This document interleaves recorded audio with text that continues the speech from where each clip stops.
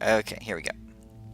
Previously in the GodBreaking, a group of adventurers battled with the pirate lord Whitebeard and his strongest minions atop a mountain of gold in the dead city of Tritanos, the capital of Waterdeep.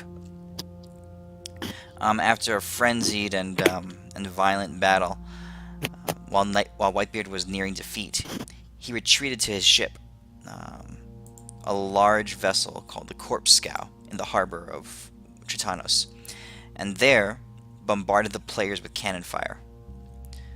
Cleaning up the remaining aberrations on shore, our party flew via air over the cannon fire and landed aboard Whitebeard's ship.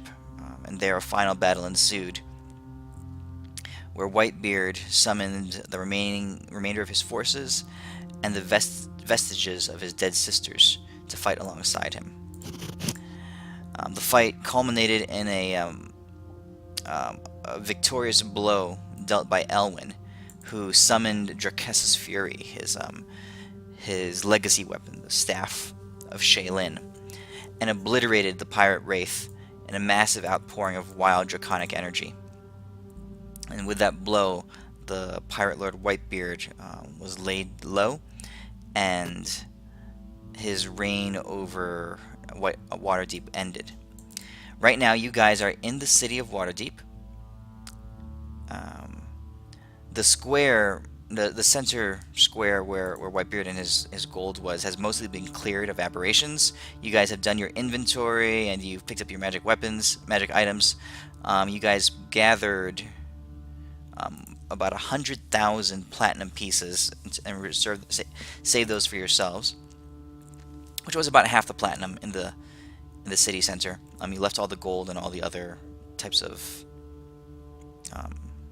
money, the silver and the copper and stuff. You picked up some magic items, but again, this was more than you guys could carry or ever really hope to do with. But you're also leaving the majority of the wealth there to be reclaimed by the citizens of Waterdeep. So that's where we left off. Euphemia, you had just put on the magic belt and been transformed into a man, a cursed belt of gender swapping. As that happens, as you put it on, and all of a sudden you change into a male drow. Oh, I should find an image. If you do that, I will kill you. We'll find a picture of a male drow. Bastard. Alright, well, while that's happening, I'm going to call light down, and I'm going to instantly do a teleport, and I'm teleporting back to the Magic City. Fuck you all. I'm getting out of here. Obeard is taken aback. He says, Euphemia, I never knew this side of you before. Surprising. He looks at you all, and he says, but while I feel for you and your plight, he says, you seem to be healthy, and at least are not suffering any other negative consequences, he says. But he looks around, he says, I fear for Waterdeep, and I think I need your help. I've sent out messages. You guys have been here in cleaning at the court square about a full day, about 24 hours. You've been here after Whitebeard was slain. He says, I've sent out messages to the surviving human population in Waterdeep. There was an organized resistance, and they have begun to rise up and combat the now leaderless aberrations all over this country. He says, but they will need support. I intend to stay here and ensure the survival of this nation. But any help that you can provide, armed forces, troops, medical help, magical help, believe me, the country of Waterdeep will be grateful. Euphemia's already gone. So you're going to cast Teleport Circle? teleportation circle? Where do you plan to travel to? The Magic City, I can never remember the name. Sorry. Mistrala? Okay. Alright, so while you're doing that, what do you guys want to say to Obeard? I'm here to help, whatever you need. Yeah, brah. I do need to take a quick detour. I have to slap a bunch of orc guys to not go crazy. Okay. Obeard says, well,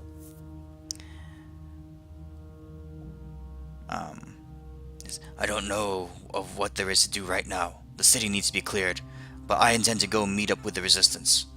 And if you can send any forces or resources our way, we would be grateful. Can we take a picture of this mountain of gold? It got hit by cannon fire, by cannon blast, so it's kind of like a,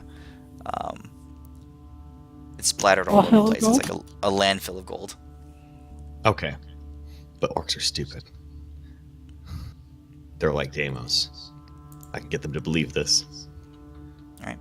So Obeard is gonna need like I said, there's humans left in Waterdeep, and he's gonna try to lead a resistance to. There's thousands and thousands of aberrations all over the countryside of Waterdeep. You know, it's a pretty big country, and there's these monsters all over. So he's gonna be trying to slay them and lead and organize the people to retake their nation. So any help that you guys can give would be great, would be appreciated. He says. Yeah. Before you go, Deimos, can you throw me a couple of heals? I'm like at 1 HP, and I'll go with Obeard and help him out. Actually, I was going to ask if you could help me teleport, because I can't teleport. And if I walk, it's going to take me a while. Like I said, you guys have been here for a full day, counting and you're basically counting the money. So here, I'll give you a long rest. You did have to fight a little bit more to clear the monsters out, but you guys were able to do that. Oh, then yeah, I'll take you wherever you want to go. Oh, sick. I appreciate it. All right. I'll call my Uber service whenever he's ready. Oh, I'm good. So you guys are going to where? Ospium. I need to Ospium go real quick? Okay. Some big guys who want to rape things all the time. Okay. All right. So you guys zap off to Ospium. Obeard says farewell, and he heads off into the countryside to join up with the resistance. We'll be back though, right? Yeah, yeah. You guys can get in touch with Obeard as well if you want, somehow if you want to. Okay, I tell him we'll be right back. Does he have Oh, you're coming right back? Okay. Yeah. Okay. Alright, let's go do that first then. So, Deimos and Erelyn, you teleport to Ospium.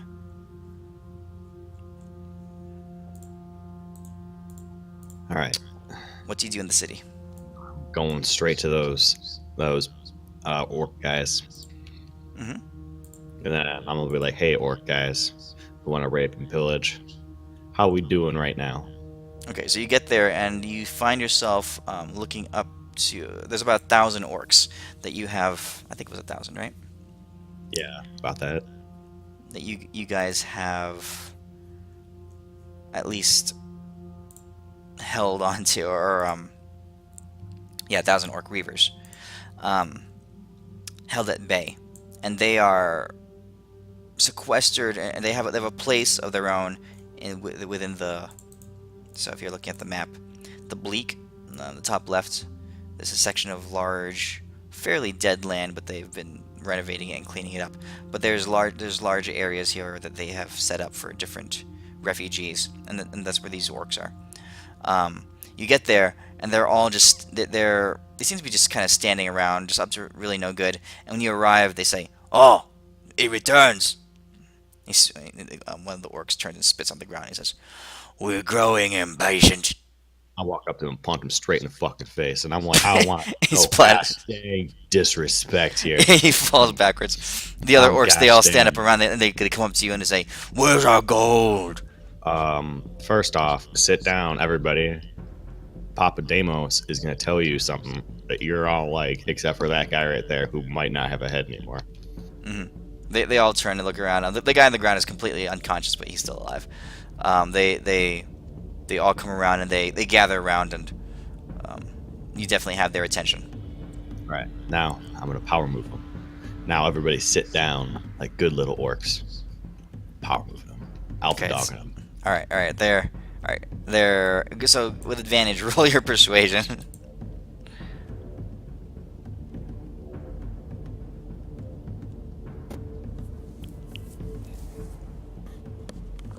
Oh shit. All right, they look around each other, and there's a few hesitant glances. You see a few of them snarl in anger, but eventually a few of them they drop down to the ground like just on their haunches, and then eventually they all do as well. All right, so I'm like, all right, guys, good news. All right, so we found a massive mountain of gold. Now, what are you guys gonna do to get this massive mountain of gold? We will kill. We will fight. Will you kill dead things? They look at each other for a second. They say, "If they can be slain with blade, then we will Awesome. kill any fucking thing." Okay, so I'm thinking this. If you guys want to, do a big boy bad service and, be tough guys like you guys are and go over to this water deep place, we're going to like have you clear out all these guys around here because you might as well fight while you're getting your big mountain of gold. That's and then you right. know what, after that, you really stick it to them. You're going to real stick it to them. I don't know if you guys are honestly We fuck strong them. enough or skilled. Yeah, you can fuck those corpse all you want. I take that back. I don't know exactly how Deimos feels about that. Take that one back. We're taking that one back. All right. But I don't know if you guys are strong enough, or if you're like, I know you guys can swing swords and hit things and knock them down, but can you hit things and put things up? They like building shit. Oh yeah. You want to know how I got so strong? Oh, It's called Deimos and Sons. All right.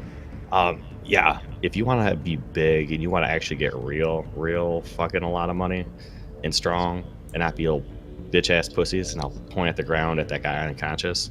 mhm. Then you should, they'll give you money, like free money, and all you gotta do is hit things like, oh, let's nail this, or let's pick up this big log and let's stick it on things and nail it to another log. And they're a little bit confused for a second, but they say, So that's a Orcs. straight up badass workout right there. And you guys could build your own gosh dang fort with those skills you got. You could like set up a castle and you can just like conquer bad stuff all the time. Bad stuff has a ton of money. "So, let me get this straight." One of them Mhm. looks at them. Says, "You want us to not rape anything? No, But you no, want us see, that's to- the best part is you can like not rape, but you can find yourself a nice lady. And you know what? If she's into it, you guys can do some kinky stuff. If she's okay with it. And while Or we're he, looking I for ain't nice judging. ladies, you want us to build things Yeah, while we you're kill gonna get these paid. already dead things." Yeah.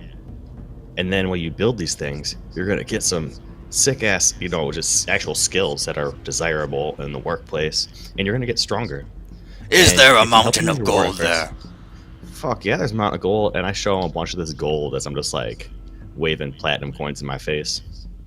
All right, so they they look at each other because the gold is definitely impressive to them. They look at each other and they say,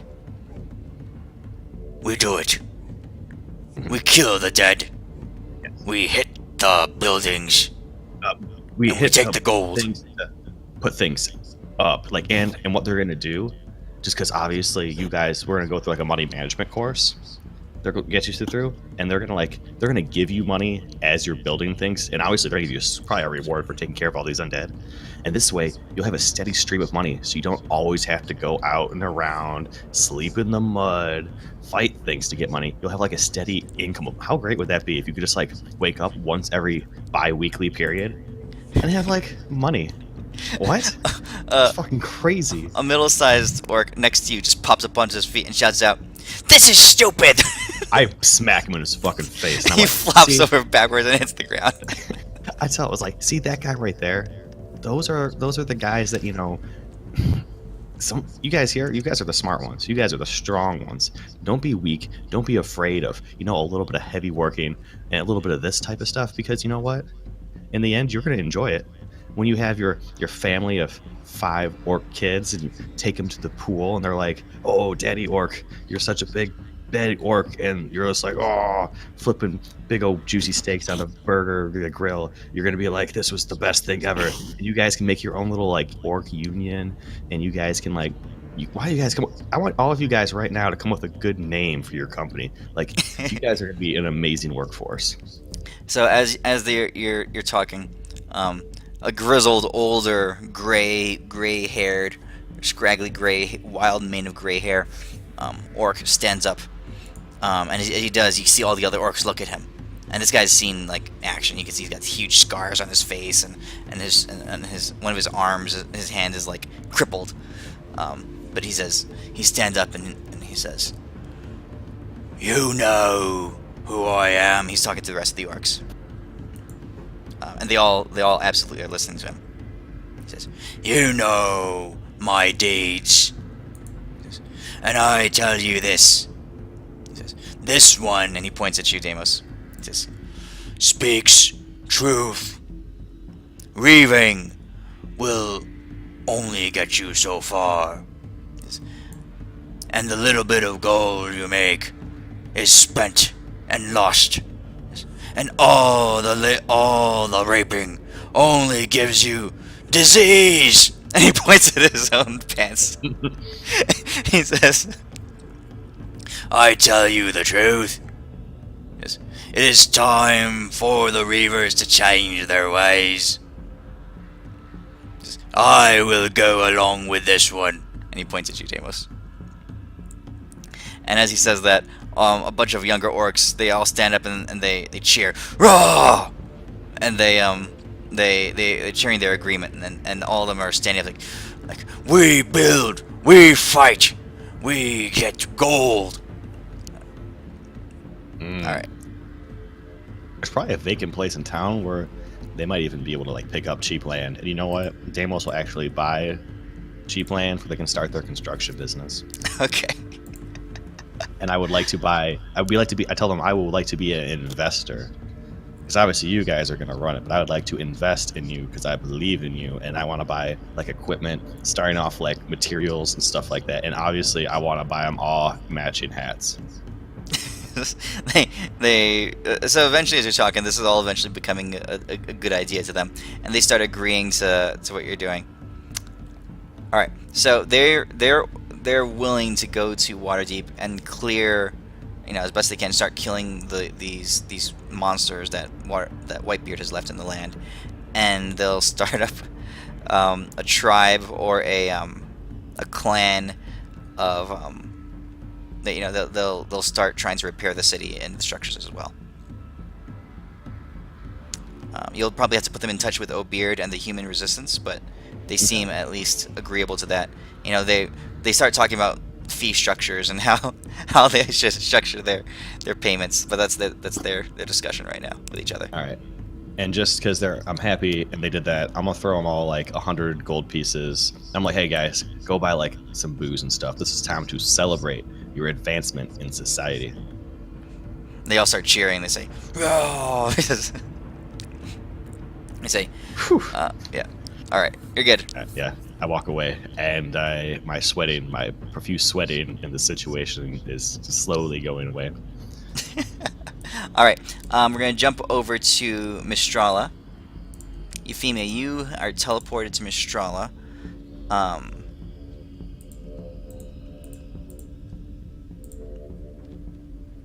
And as you cast a teleportation circle, it scribes the magic runes on the ground, and you vanish in a flash of light.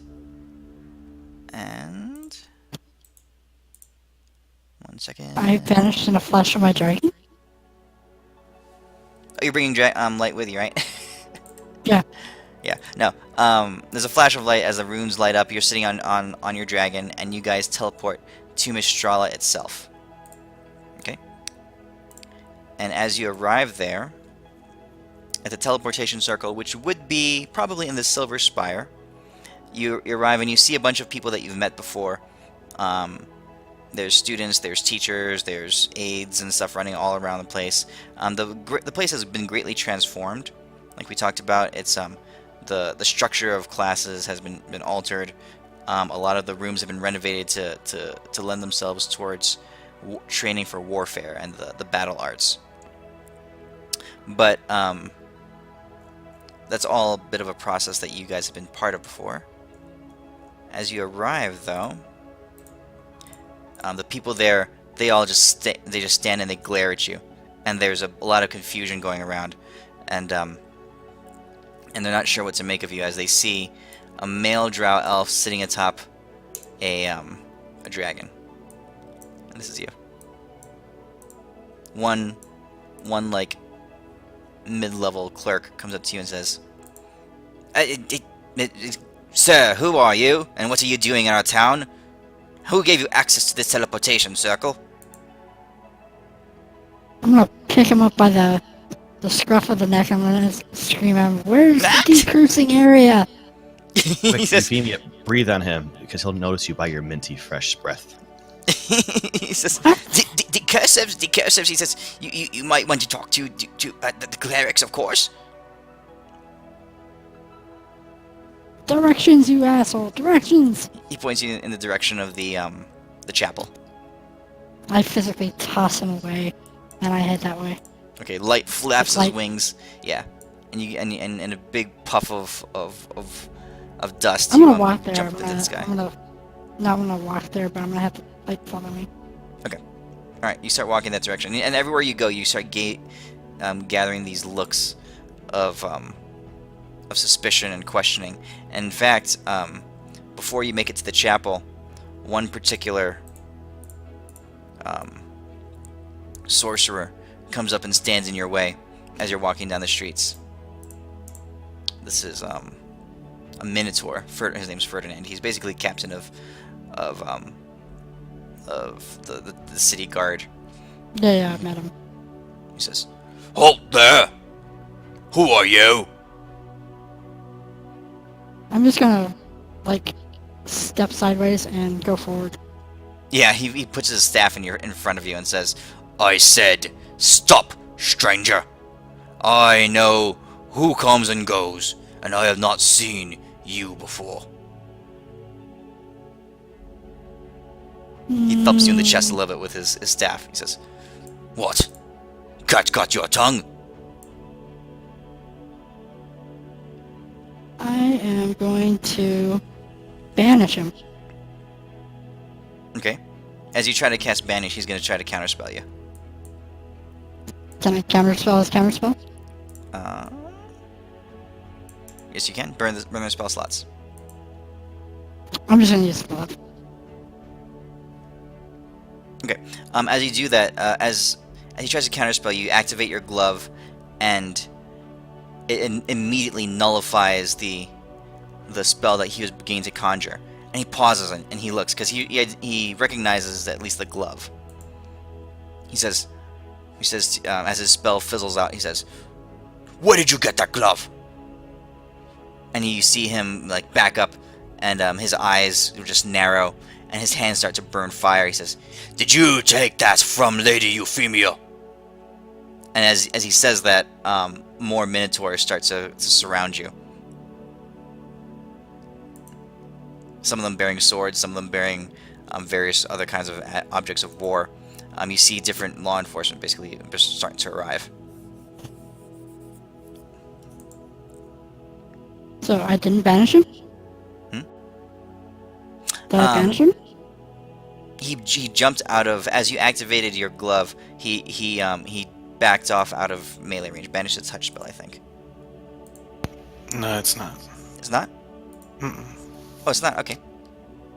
Well then, he's gonna make a charisma saving throw. That was a touch spell.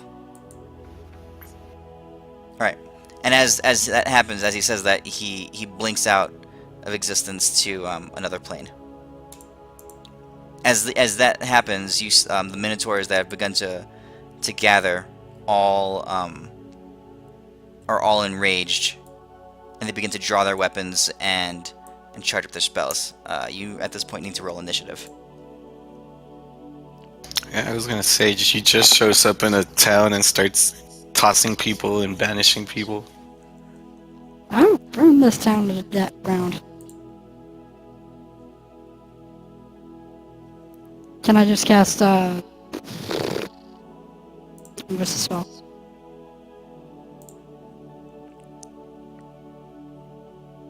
Oh god, I can't remember what the spell's called. The low range gate spell. I just can't remember what it's called. The what? I can't hear you. What's that teleport spell? I can't remember what it's called. The low range one, 500 feet. Oh, Dimension Door? Yeah, I'm gonna cast Dimension Door. Okay. A magic caster near you counterspells you. This place is full of magic of like now trained war mages and sorcerers and that kind of thing. And counterspell is a level 3 spell. Actually, 3 of them are all going to cast counterspell at the same time. Ah!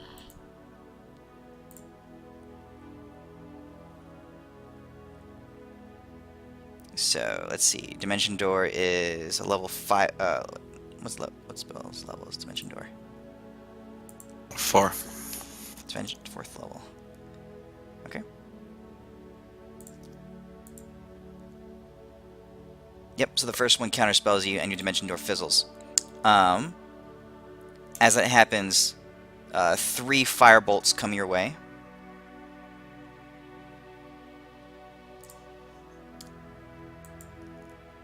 I guess I'll put up a shield.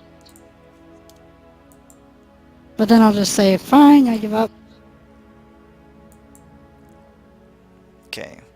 So with a shield spell, you are your AC goes up to. Wait, why is your AC so low?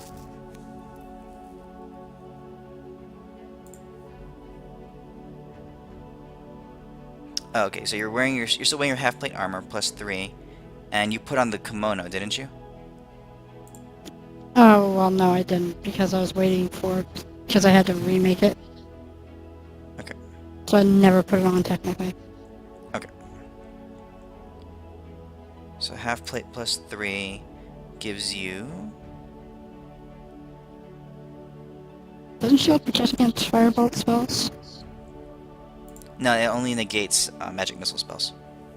Oh, magic missile, that's what I was thinking. Half plate is 15. So you should have 15 plus 3 plus max 2 dex. Alright, so with a shield spell, you're able to. Wait, did you say you use a shield spell? Yeah. Your AC goes up high enough, and the fire bolts do not hit.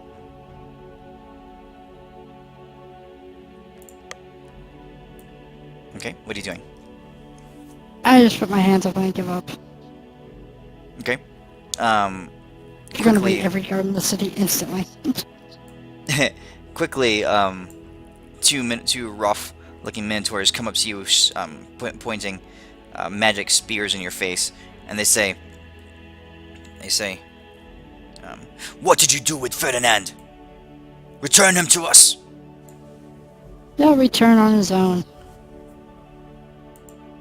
A fairly high-level-looking sorcerer appears from beside you, beside them. This is a Magnus, a war mage, and he says, "She speaks the truth. I saw it.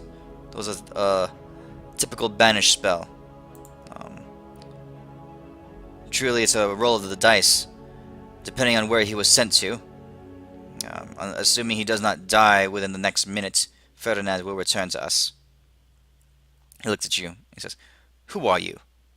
What are you doing here?" Euphemia, you fool.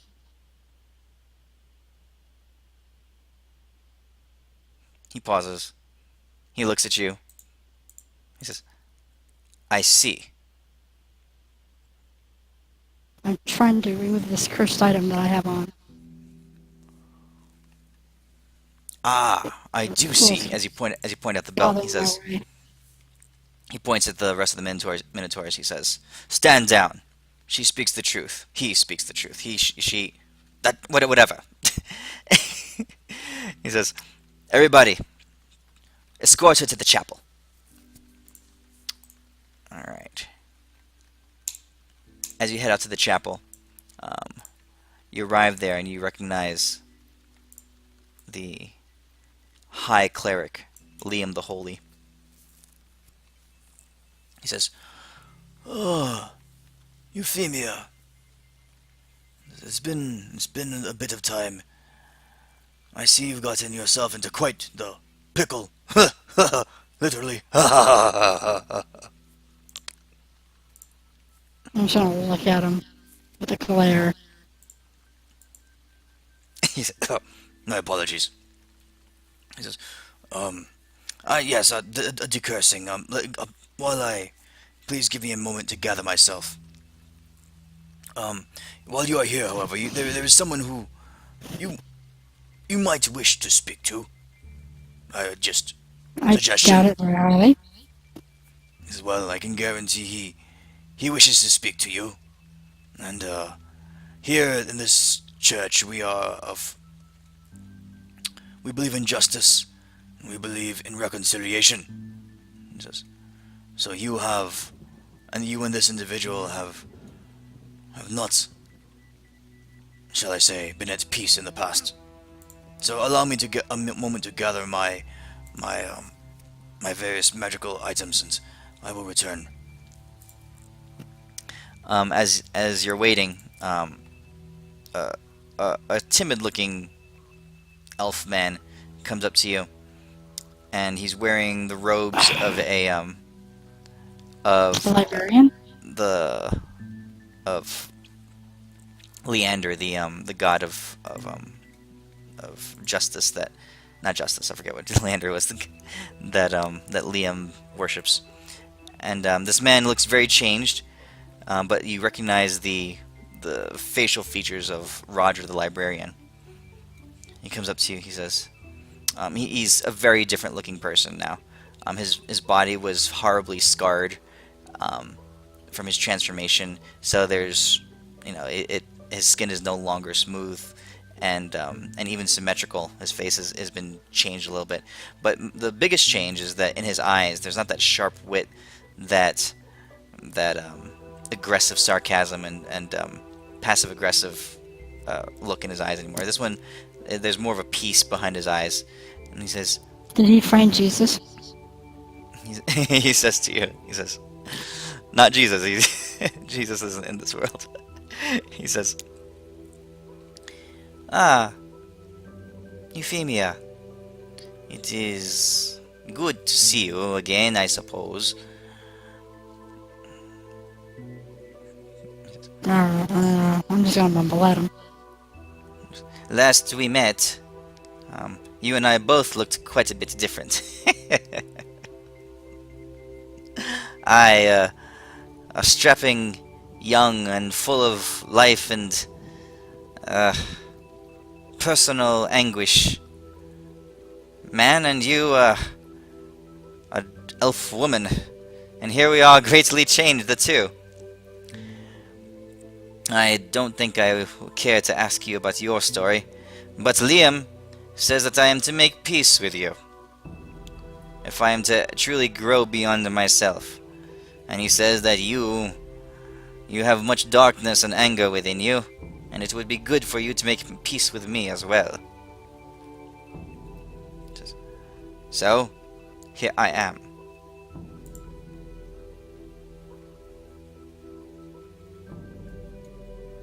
What say you? Sure, peace, yay, woohoo. Just come now. I can sense the insincerity from here. I offer to you my apologies for running you around and belittling your requests. That was wrong of me. That was petty of me. There. I've started.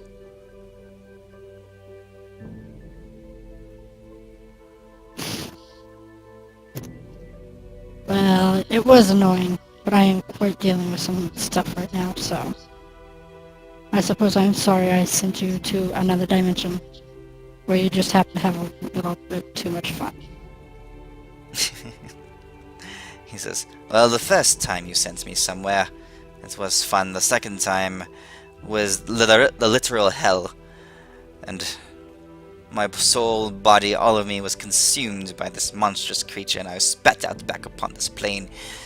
Much changed and and you can see him be visibly disturbed. But he shakes his head. All that is behind me.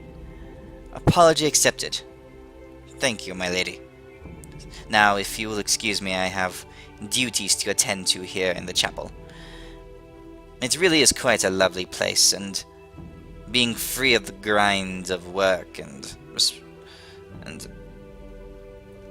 he shakes his head. He says, perhaps you would find peace in a place like this as well.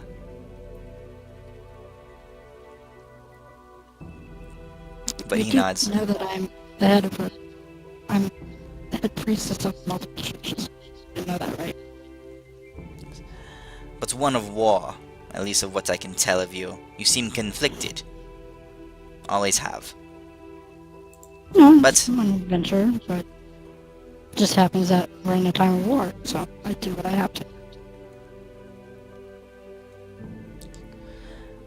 I suppose we all do. Very well, Euphemia. Farewell. I hope you are able to resolve the maladies that afflict you in your current form. He Just nods. cursed at him.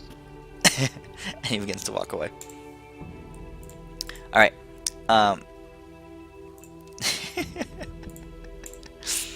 Liam returns, holding in his hand some holy, blessed, like, water and some oils and stuff. He says, okay, very well. Let's attempt to do this. May I? And he raises his hands. He doesn't quite touch you, but he obviously wants to try to investigate your condition. Alright. He touches your face, and he casts some signs and weaves some spells and just light investigative kinds of things. He says, "Oh my, this is a quite delicate and yet powerful curse. It cannot be brute forced. As I will attempt to undo it, but I cannot promise results." Alright. He is going to attempt to curse you. I need you to make... you'll roll for him. So he has got a +6 wisdom modifier. So roll a d20 plus 6.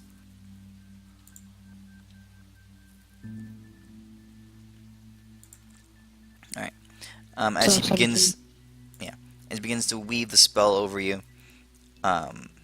he proceeds for about a minute. And afterwards he stops, he pauses, he says, and he shakes his head. He says, "It is too fragile, this curse."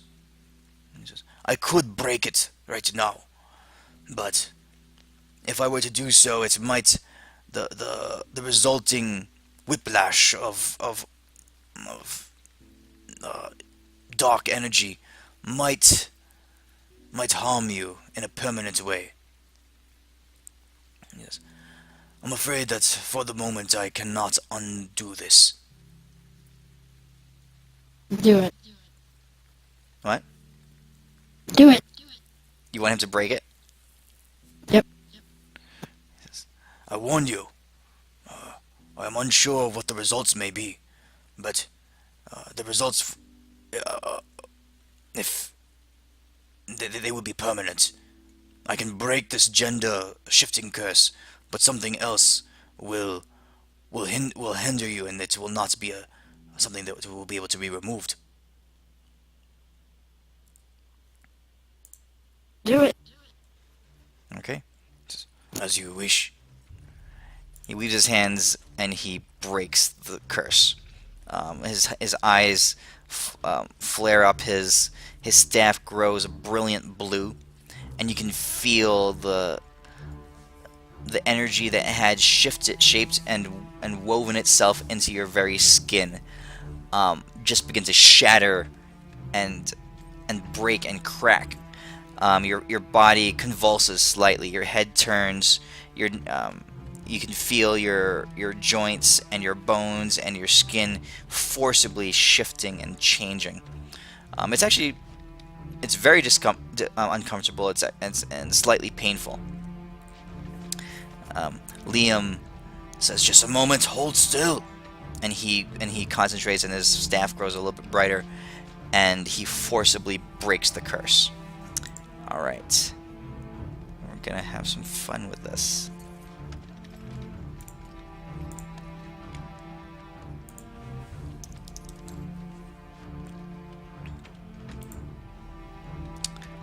All right, Euphemia.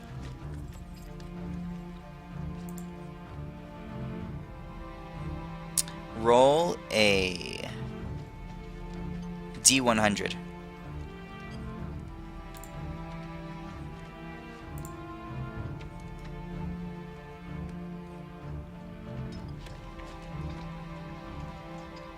Whoops.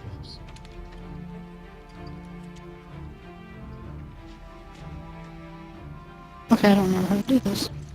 It should be D1. That's it. okay. Forgot the D.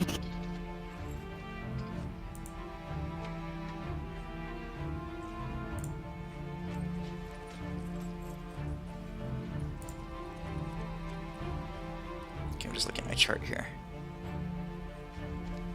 All right.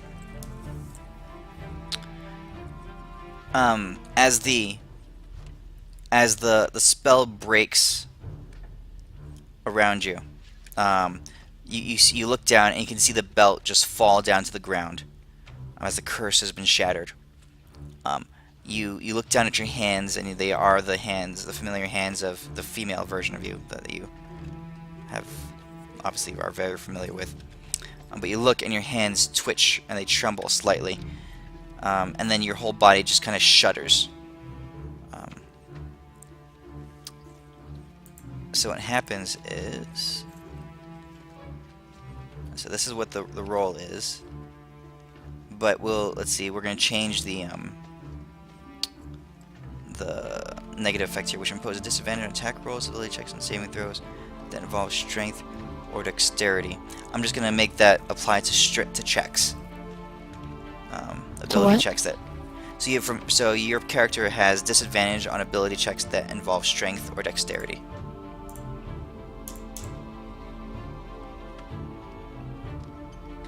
Okay, your body is you have these tremors or tics that kind of just like shake you every once in a while, and it's just like an after effect of him breaking the spell. Liam says to you, "It is done. I apologize for that was as gentle as I could do it." He looks at you. "Oh, I see the after effects have already begun to take you.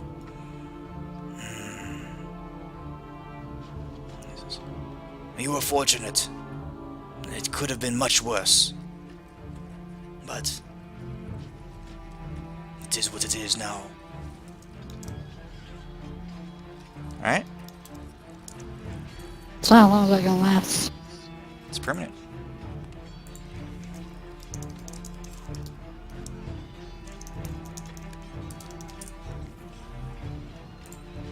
Now, if we find like Xanax or something like that in this world, would it like slow down her shakes? Tell you what, here, I'm going to reword this. I'm going to say that whenever you make a strength or dexterity check, there'll be a 50-50 chance that you'll have a tremor or something when you do it. So we'll roll a dice, and if it's a low roll, so like a 10 or lower, then you have disadvantage. If not, then you do it as normal. Yeah, so Euphemia's gonna give up adventuring from now on. She's gonna go live a quiet life and shake. I think I'm joking. You'd be like a really good homeless person. Like, get that cup, the perfect shake going. You're gonna get like 6 copper pieces a day. You'll be living it all large. Alright, so that's the current state of your character. You have to give me a chance to undo it, though. Oh, yeah, I mean, you'll have to figure out a way, find someone or some way to heal you. But, as far Give me as... a hint. Give me something to work for. Don't give me, like, a random goal that's unattainable. Liam says to you, he says, fear not, though, Euphemia. These maladies, they tend to cling to our physical form, but sometimes, he says, and for one with a destiny such as you, I believe it certainly is within your future that you will not be bound by the limitations of this flesh forever. You have a grand destiny ahead of you. Don't be discouraged. Don't allow something like this to I'm gonna shape change into a dragon, or Into polymorph myself into a dragon. Okay. And I want to see if I can still, if I still shake. Yeah, whatever physical form you have right now. He says, I'm not talking about that, as you turn into a dragon, kind of like light. Okay, I'm just gonna smack him with a wing. He says, I'm talking about greater things than just changing shape. You have no idea what your future holds, and I see in your destiny that you will be taken beyond this form, beyond this realm, and this tremor you will now have will be the least of your concerns.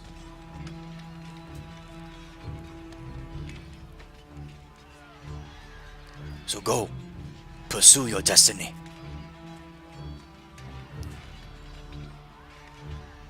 Okay? He basically told you that there are things that can happen that just elevate the body, elevate the form beyond mortal and physical woes, physical concerns. And that something like that would definitely clear up what you have. Okay. So is there anything else you want to do in Mistrala? Yeah, I You're was now gonna back go to to that. your female form. Oh wait, I was going to go see that. The enchanter guy? I'm in half plate armor.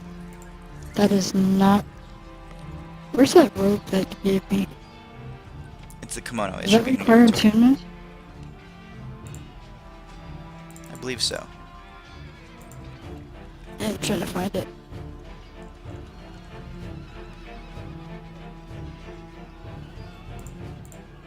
Yes.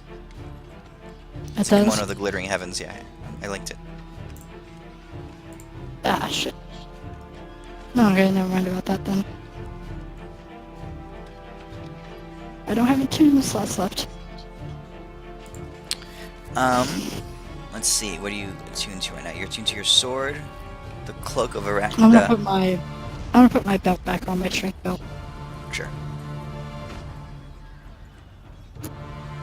Yeah, but I have the cloak, the sword, and the belt.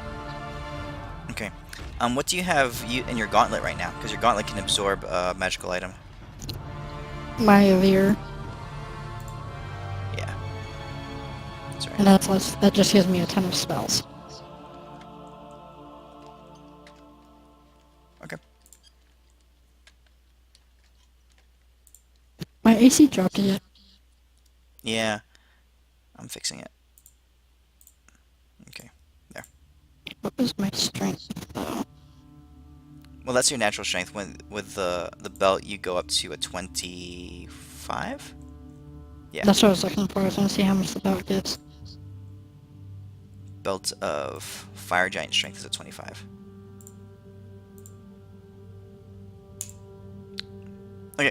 Back to the other city. Deimos and Erelyn, what are you guys doing now that you've negotiated with the orcs? Yo, Ellen, what you want? I want to go laugh at Euphemia. Yeah, is it like, are we like uncontrollably laughing over here for no reason and we don't even know why? In the opposite city? Sure. Yeah, I wanted to say, like, for some reason, just like everything just is funny, and we're just in a good mood. I'll buy a slushy. Deimos never buys a slushy. It's empty calories. I'm good. I just brought you over. Whenever you're ready, we'll Yeah. pop back to go fuck some shit up. Yep, I'm good. I had to get the construction crew going. All right. Are you? How are And I'm you assuming transporting that, Are you transporting the orcs to Waterdeep, or I'm are you assuming- telling them to march there? Can we, before we go, Ellen, mind if we run to the castle real fast, just to inform the people of what we're planning on doing, well, Okay. of the new construction crew that they have now. Yeah. So Okay. we'll go So do that. who are you telling? The standard castle clerk. Okay. So in Ospium, right? Yeah. Yeah. You go there and you find some high-ranking people who are currently running the place. Actually, Queen Falza herself is there, and she seems a bit distracted when you arrive. She says, "Ah, Deimos, and Erelyn. I had not heard that you had come to town.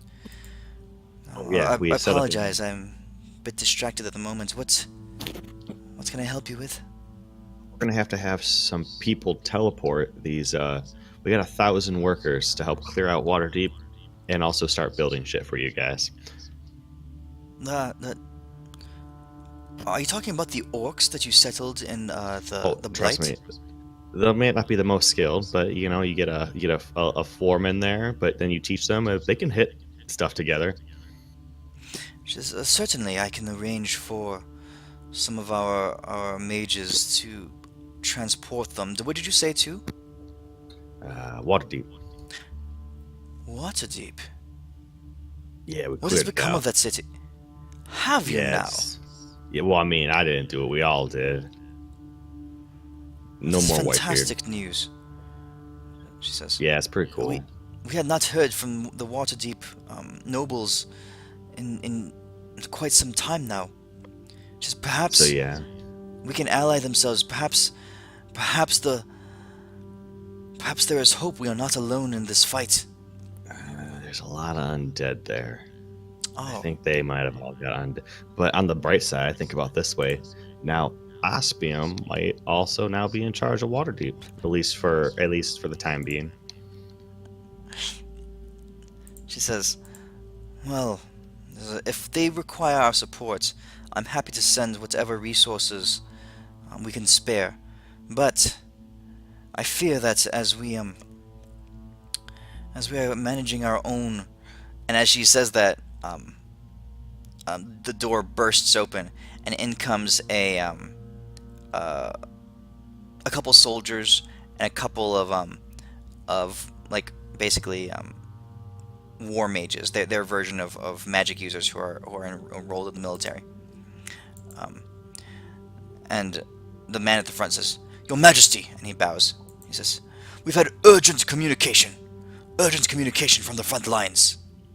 And you see her drop the papers and stuff she was attending to, and she stands up, and she's a very tall woman.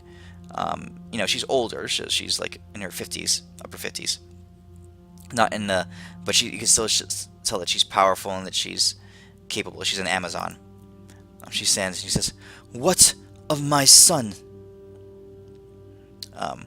The war mage at the front, the battle mage at the front says, like, "Your son has sent a communication, Your Majesty." He reaches into his pouch, he pulls out a scroll, and he opens it up, and you can see him activate the rune work inside. There's a flare of light, and you can basically see it's like a video call to the front lines. And you see Darius there, and his 7,000 troops, or the men that he was with, and they're screaming, and there's people, and they're moving quickly. And Darius turns and says, "Mother," he says, The situation has grown dire. We had entrenched ourselves along these lines, and he turns and he shouts out an order to some of his men, and a huge volley of arrows and crossbow bolts launch off. And you can see men charging in with swords and shields, and there's yelling and shouting. And he turns back. He says, "We had fortified our positions. We'd built up great defensive works. And we were able to, for a while, hold off these red beasts coming through across the border. They would come across a handful at a time, and while they are indeed quite formidable, our defenses were more than adequate." He says, "But something has changed. Their numbers have grown, and the tide has broken." He says, "They come across now in the hundreds, if not more. Our lines are quickly falling back. I've already lost our left regiment, our western regiment." He says, and more reports come in, and he's giving commands and stuff, and you see a group of paladins charge forward, and you can see these snarling red lizard-like creatures off in the background fighting and slashing, and you can see men just flying everywhere, parts of arms and limbs. Just flying through the air. He says, "We are becoming overrun. I'm ready to order a retreat. We had planned for this. Yes. But we will not be able to hold them. Yes. I have planned a strategic retreat. My men are already acting upon it. We can slow their advance down. But they are coming. These red beasts are flowing into our land, and there are thousands of them. Please, ready the city." And the communication ends.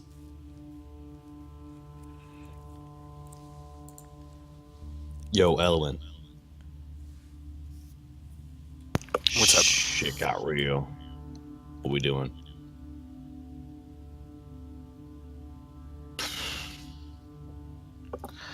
Dude, those things were immune to magic, I think. You're the one here. I don't know. They were immune to magic, right? If I remember correctly. No, they're immune? vulnerable No, to magic. to not magic. Yeah. Remember, they were attacking dwarves who They don't just- use magic. They have like magic, like reflector things. No, They're magic's the only thing invulnerable that to can kill physical them. damage. That's Yeah. what it was. Yeah, it was magic. Oh, then this is my shit. That's your shit. So this is what I'm thinking. Since we are sending all those helpers to Waterdeep, we could maybe pick up, Old Beard, or if there's any other kind of stronger people there to come help us on the front against there, because now they got these workers. Yeah, they're kind of shitty workers, but they'll get good. Then, but Obeard and like physical people would be better served in Waterdeep while we bring magical people over here. That's true. That's exact. Yes, that's what I said. Totally. Yes, magic. So, I'll tell the queen that let me travel to Miss Strala, Mhm.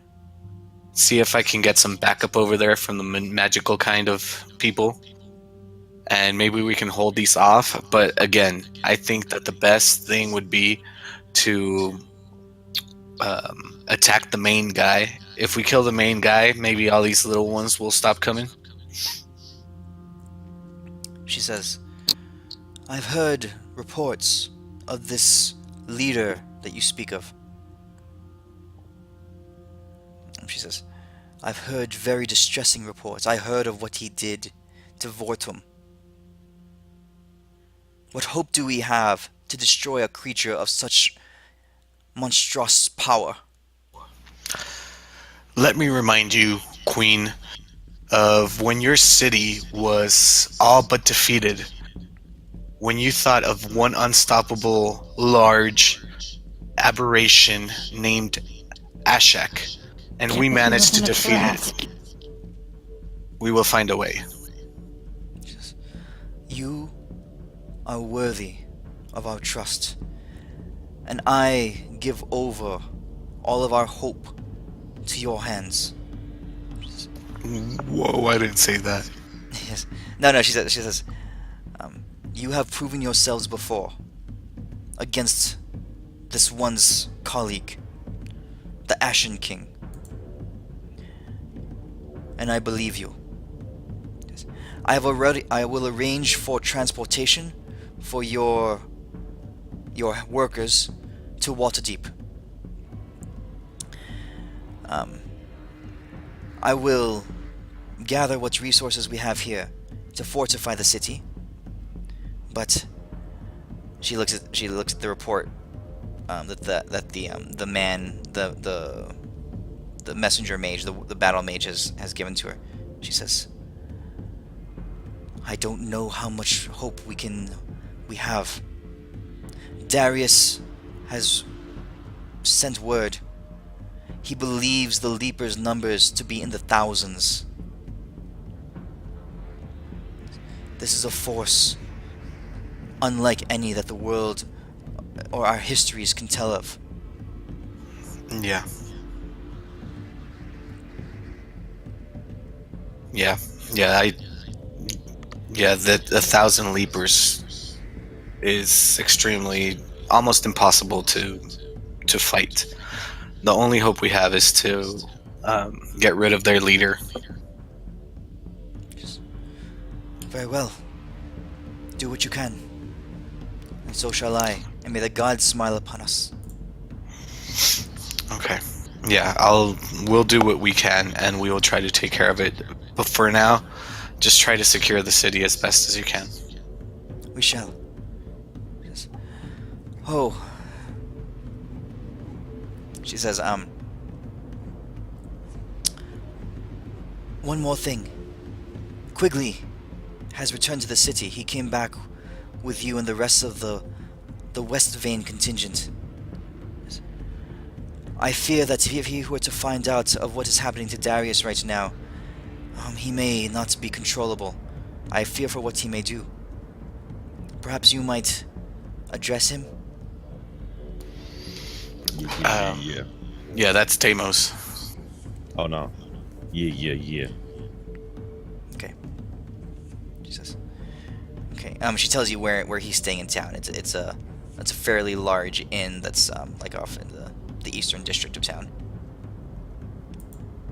Does Quigley do magical damage or physical damage? Quigley's a marked Nice.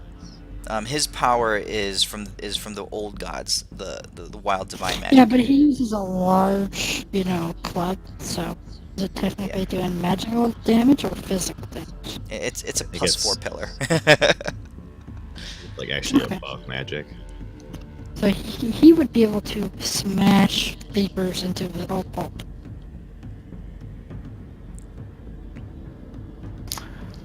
Oh, you know what? I have a question for the queen before we go. Yes, Elwyn, anything.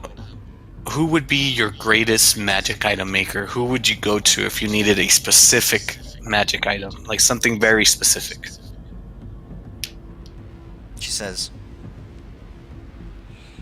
there has not been a grand crafter in our town for much time, but I have heard that a certain individual has recently set up shop here in our town. She says, she looks at one of her clerks and she waves her over. And she says, yes, my lady. She says, please retrieve information about that lady who had come to call 2 days ago. Caliota? What was her name? Caliota? Yes, that was it. Oh, Caliota. no She way, came where's to she town. at? She said she would be in town for a while, and that if I required her assistance, to ask of it. She scribbles down on a piece of paper a location. She told me she would be here. And she hands it to you.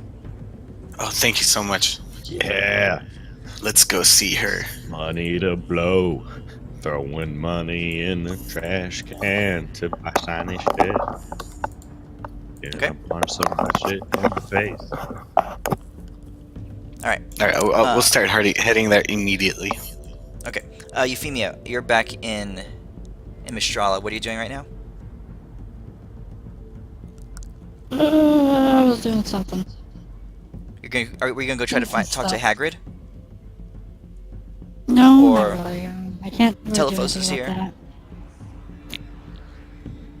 Well, I'm gonna, since the Caliota was mentioned, I'm going to magically appear there and for no reason at all other than say, hey, what's everyone doing? Oh, you're gonna You go to guys can Caliota's? talk I to guess each I'll other. go with you.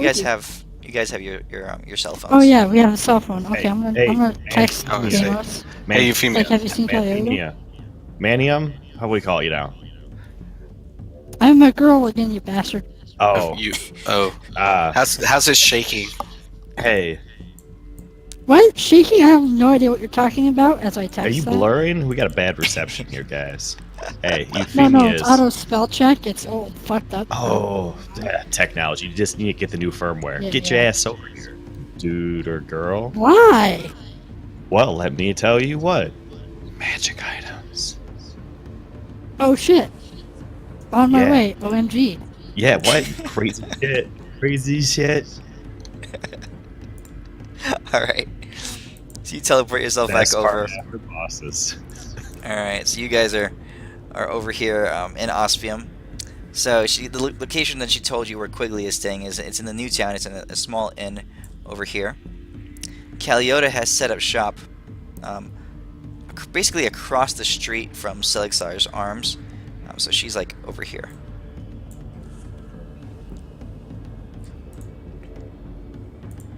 All right. Let's go Where are you guys going? Yeah. to Caliota. Mm-hmm. Okay. Well, actually, yeah. We'll go to Quigley right after or whatever. I'm gonna cast Prestidigitation a lot of time on Deimos' penis so it can get ready. Get right. You see, I'm stretching as we're going there. I actually I pay like the whatever copper piece to have a person take me in a cart as I'm stretching. Like, this charm he's needed. I'm readying my enlarge spell as we go as well. I will also be readying my enhanced ability and also I can't do that. I'll do enhanced ability. Euphemia, you should give him a bardic inspiration too. Yeah. Why are you Hey, doing that? you can talk your way into getting things, or you could take action. Are you planning on Deimos sexually harassing her? No, What? Deimos is totally into the younger woman, and age appropriateness, she's young for Deimos. I think she's older than you, actually. I don't know. But you're human, right? I don't know. I want to consider Deimos as like being like a god. Ugh. All right, so you guys head over, and it's by foot. It's a decently long journey. You're walking down the city streets for about half an hour, and you get to the district that she told you about, and you go there. And whereas in Westfane she had like a small like wooden house that was kind of tucked away in a corner, here it's quite a different thing. She's gone all out. It's a bright, shiny building. With real glass windows, and across the top it says Caliota's Emporium of Arcane Wonder. Across the top, in a fancy scripted, handcrafted sign. So yeah, that's her new shop. Alright, let's get in there. Alright. As you walk in, the door opens up, and there's a small magical chime that jingles in the air with the door opening. And you see a man come up to you, just a young man. He says, "Oh, customers." He says, "Good day, sir." He says, "Welcome to Caliota's Emporium of Arcane Wonder." He says, "As you can see, we have quite the grand selection." And he points all Where's around. Caliota? I'm gonna say, Caliota, did you find a belt on top of a big mountain of gold? He says, "No, we have many belts, no mountains of gold, but I am not Caliota." Where's Caliota? 1 second. As that happens, you see Deimos lays on the ground. He puts a mountain of gold on his belt.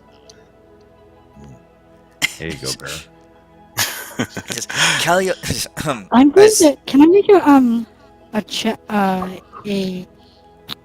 stealth check to put the curse spells there instead of On Deimos instead of Deimos? you Yeah. try to put the Nice. stealth back on Deimos. You see Deimos. Yeah. I'm gonna do a stealth check to see if anybody hears the crack. Actually, you know what? I don't even give a shit. Deimos, Alright, if you alright. turn into Roll. a woman, I'm gonna bang the shit out of you. Okay, Euphemia, Dude. roll Bro, sleight of I'm- hand, Euphemia. But let's see. All right, hold on. Sleight of hand is a dexterity check, so I'm gonna roll high or low. What? I can't, wait. It doesn't take. I'm attuned out. All right, Is it Euphemia. attunement or? Cool. No, it's not. Euphemia, roll a Alright. dexterity check, a sleight of hand check with disadvantage. Disadvantage? Yeah, because Which sleight of hand? you, because you basically you tremor as you're trying to put it on him. Whoops. Okay, Hey, that's all right, 10. Deimos, roll perception. all right. Let's see if my plus 10. Don't roll 1, Deimos. Roll perception, Deimos. Roll Oh shit! Wait, that's a Oh, one. it's That's okay. a natural loss. Not Okay. in checks. I'm just joking. Alright, But yeah, so Deimos, I you're do want to standing say there. if you do this, I will kill your character. You're very imperceptive, Deimos. You're Just normally joking. very perceptive as a person, and Euphemia, she pulls out this belt and she sneaks up behind you, right?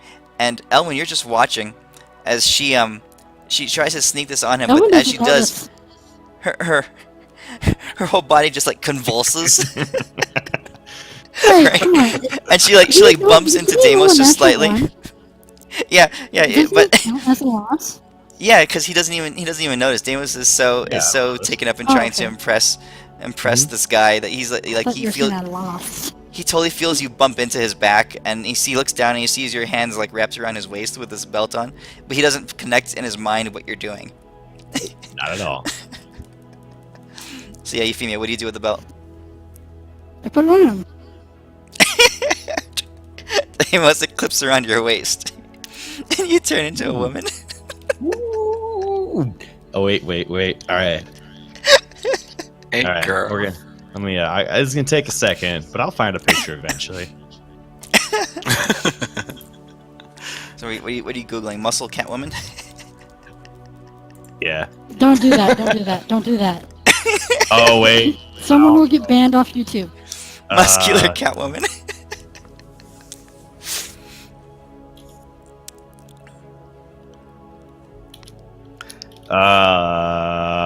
Some of these are really scary. Does Deimos still have a penis though? No, he does not. He's Yeah. a woman now. I want to all the actually parts point change. this out is the amount of testosterone my body's still producing though. Like, Dude, I got one for you. oh please do, because these are really scaring me. Like, this is like really gross. So You might- it's one of the first ones that came up. the clerk in front of you. Oh no! Oh shit! Please don't. Please, the one I just looked at. Oh, you son of a bitch! That's exactly what it was. Fuck. You know what? Just to make you guys uncomfortable, this is what Deimos looks like now. Obviously, I have armor on though. The clerk in front of you, just he gasps and he recoils. Ah! He says, I'll be right back. And he turns around and he runs. He says, Caliota! Caliota! And you hear him shouting as he runs off into the back. And there's Who's a even into this stuff? This is disgusting. Ugh. This is even I making. don't want to know what you're looking at, man. I typed in muscular cat woman. It was a bad idea. It was a real bad idea. I don't even know what I'm On the looking darker at. side of Like Google. 9 out of 10 of these pictures are like scaring me, like to my core. And muscular cat women need love too, man. What are you linking me out when I'm scared? Don't look at it. It's Will I gonna. get banned off? Will I get banned off of Just YouTube? click on it. You will get banned off Probably. of everything. Like your computer might actually break, Yeah. but it's hilarious. Okay.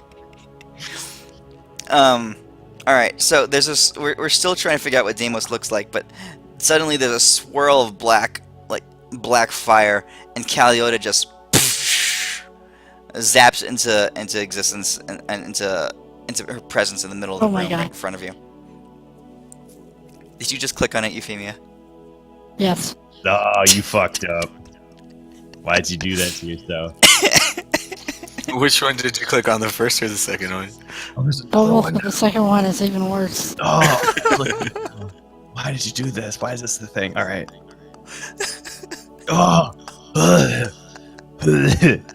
I saw that one too. Why are you licking me? Stop licking me, stuff, Owen, because I have to click it. Wait, okay, that's the first one. Alright. Oh yeah. Oh, that Same one you again. guys- Yeah, okay, so that's what you look like. Okay. I'm gonna have to change it up a little bit because Deimos might actually just be throwing up 24/7. Alright, so what happens is Heliota zaps into the middle of the room and she says, "Who's Who's causing throwing trouble up?" in my..." And she looks at you and there's this horrible conflict in her face because she recognizes you, but then she looks at and you see her face go queasy with nausea and she covers her mouth and she tries to know. hold back. I'll find a better picture of myself, but she cursed me because she is evil. She shall no Kill longer the- receive heals from Deimos. Keliota's constitution check. Okay, you see her like heave over, and her whole body just like flexes up a little bit. She's trying to fight back the vomit, and then she stands up. She coughs and she says, "Deimos, is that you?" Yeah, she just cursed me. She says, "I recognize Erelyn and Euphemia, but ay. All right, I got a perfect picture. This is actually going to be Deimos. I got a good one. Okay." Because this will still make you guys sick, but we might not throw up.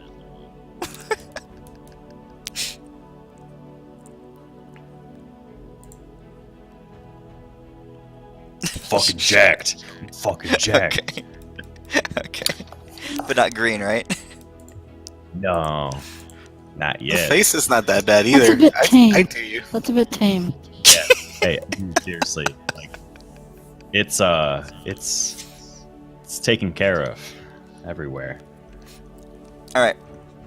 Kaliota says, she says, I will. I'm not even going to ask. She says, "Welcome to my new shop." Like, how? What would you like? She's completely I got flabbergasted. 2 quests, Caliota. She says, "Yes, Euphemia. Please Or maybe speak." 3. I'm gonna pull out the kimono, and I want to ask her about combining these two, but making it so it doesn't require a attunement slot. Plus, I'm gonna show her the shaking thing, if she can give me a little advice on how to get rid of it.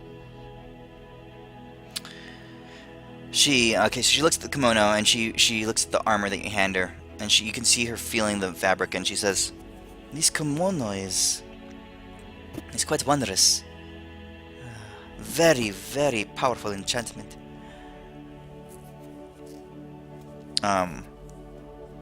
She says, "I am capable of removing the requirement for attunement. It's been some time, and I've been working upon a new moat, a golden moat." She says, "It is not finished yet, but I may be able to combine the work that I have started with this. It will cost." And combine it with the armor as well. She says, "Yes, it will cost. You must understand. This will not be easy." I'm gonna bring out my haversack of holding of massive amount of gold, and say this is filled with platinum and gold. She says, "I see. Well, give me some time." She says, but to remove the enchantment," she says, 50,000 gold. "To combine the two into one, difficult, quite difficult." She says, "Another 30,000 gold." I don't And even that know is how much with- gold I have, but I know I can afford it. I have 30,000 platinum. Alright, then you're fine. So that's 80,000 total. Basically. I won't even 8,000 argue platinum. with you. I will pay that. I will pay that price. Okay, so 8,000 platinum.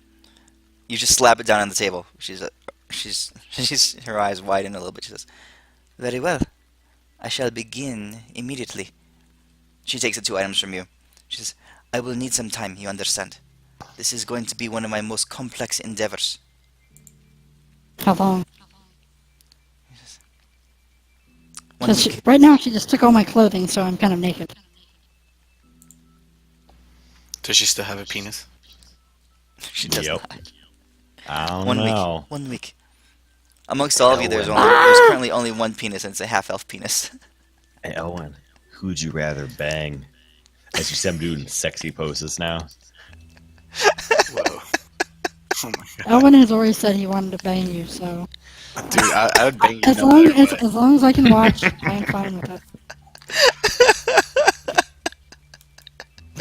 Oh, no, we are not going to role play this crazy scene that you guys just described. The question though, would Elwin bang Deimos, or would Deimos still be ending up banging So Elwin? this is what I'm thinking is going to be. Because I'm gonna I dress really up as think Elwin Catwoman, is a all bottom right? bitch. I'm just saying. Elwin's going to dress up as Superman, and we're going to be just banging it out. But you're going to be in the closet, just dressed up in a Batman suit, just watching. Being jealous. And Albrecht, he's just going to be. He's just going to be standing there.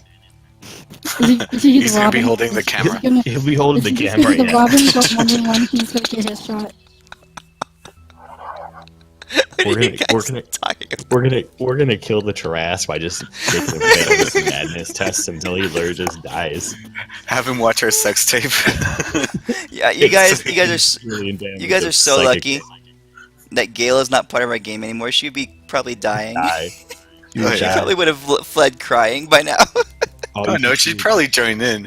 Yeah, no, I'm playtesting the new book with her right now, and we just did all random rolls. I'm playing a little jelly bean type of. No, so I'm playing a halfling, and he's in a very gay relationship with another character. Because apparently that's what the stuff rolled, and shit gets crazy real fast. Oh, damn it. Okay. Yeah, this is nothing compared to the mariachi game either. Oh shit, that's also. Oh, fucked. jeez.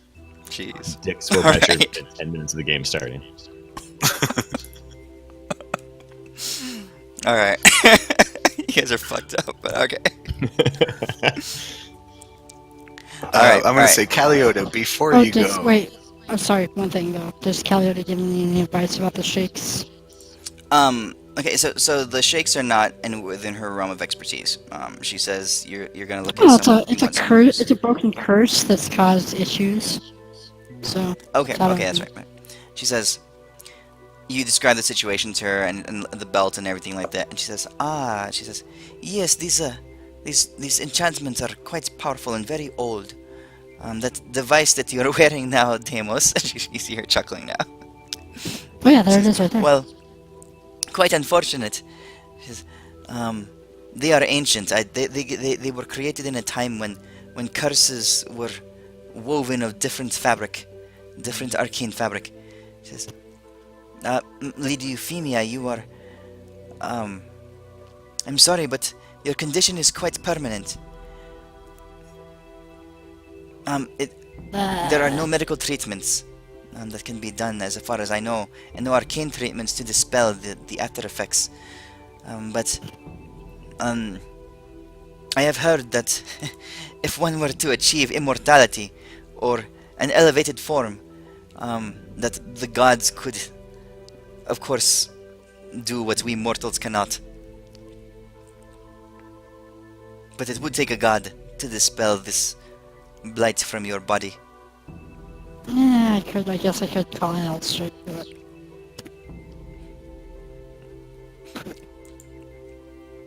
I ask her Okay. if she has any crazy ass fucking weapons or items. I don't even know if they're And useful. I'm gonna borrow a +3 armor from Caliota. Borrow it? She says, very well. Happy to lend it to you. She turns to you, Deimos. She says, Thank you. will you be looking for new armor, Deimos? I have, she says, I have, armor that might be more fitting to your new physique. She says, here, some +3 plate. And she pulls out just like a steel bikini. You mean breastplate? Yeah. No. Modrin made this Perhaps for me, some but I will chainmail. take those nipple tassels. Well, your demon No. armor doesn't fit anymore. Yeah, it does. It's magic. It changes. Don't worry about it. It's magic. No. It's Demon nipple armor. Scotty, Thank the you armor very still fits your male, but Demon the curse nipple is- armor. Demon nipple armor.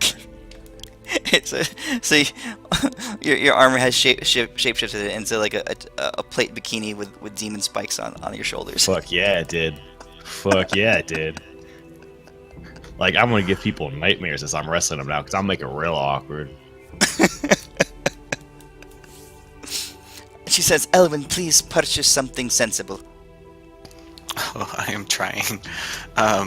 Alright, so I have a dilemma. I don't know if you'd be able to help me with this, Caliota, but if anybody in the world is, you are. So, as you know, I'm the Uber driver for our group, and I don't remember the last time I cast a 7th, 8th, or 9th level spell that was not teleport. Would you be able to help me with my predicament? Why don't you just have me teleport you guys? I mean, come on. What's these geeks for fucking random shit? You wanna go McDonald's and use gate? Fuck. Yeah, but we can only teleport to the circles that you know. Whenever we like, for example, when we teleported off that ship where it was about to sink, your teleport circle thingy wouldn't have worked, or stuff Yeah. like when we were in the castle and we had to teleport out of like Ashik's castle before it crumbled on us. You know, shit like You made your that. point. You made your point. She says to you, "Elwyn," she says, "it is possible to bind low-level spells to an item. See here," and she opens up a drawer, and you see some rings and some amulets. Like, so there's like a ring of magic, a necklace of magic missile, right? That has charges of magic missile in it, and you know, a ring with shield built into it, that kind of thing. Mm-hmm. She says, "To bind a high-level spell of like what you speak," she says, "is theoretically possible. But there's a reason it is never done. Except in the greatest and the most powerful of magical items." She points to your cloak, to your robe and your staff. She says, "I can do this. She says, it will be difficult. I've never attempted a 7th level spell before. I've only ventured as far as the Well, 5th level." You need two. You need two No. gates at least. don't you? I remember you once sold me, and I think we might still have it if these guys haven't sold it. You sold me. Oh no, we still have it. I'll pull out the Ring of Improved Spell Storing, Mhm. and I'll say, "See, I can store a teleport spell in here, but by doing so, I need to attune myself to this ring just for one spell slot. Then that would leave me without my robes, without my mask, or without my Shadow Trigon." Yes, I'm speaking of doing so without requiring attunement. Oh, okay. I'm sorry.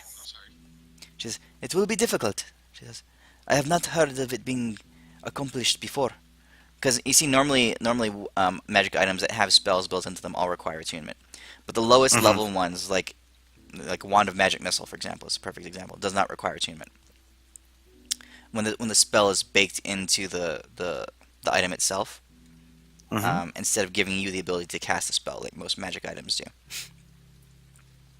So, Okay. you're asking her to bake a 7th level spell into an item.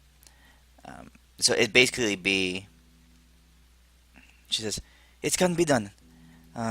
Again, very difficult and quite expensive."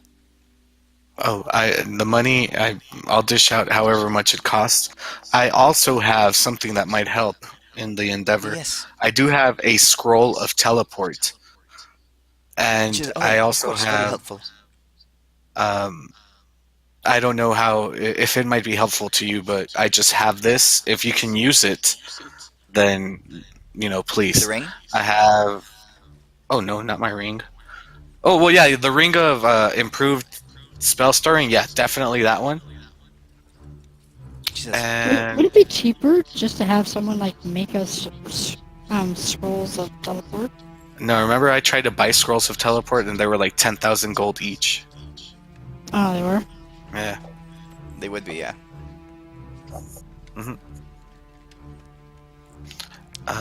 see. She takes the scroll from you and the ring. She says, with these items, these are a good starting point. These 2 items and 50,000 gold. I'm done. I've got Very well. 25,000 platinum. I shall begin working on it in the hours that I am not working on Lady Euphemia's armor. Fortunately, I have an able apprentice that I've been training. And she leans over. She tilts her head, and you see the same, like wayfish-looking human male that you guys had scared earlier.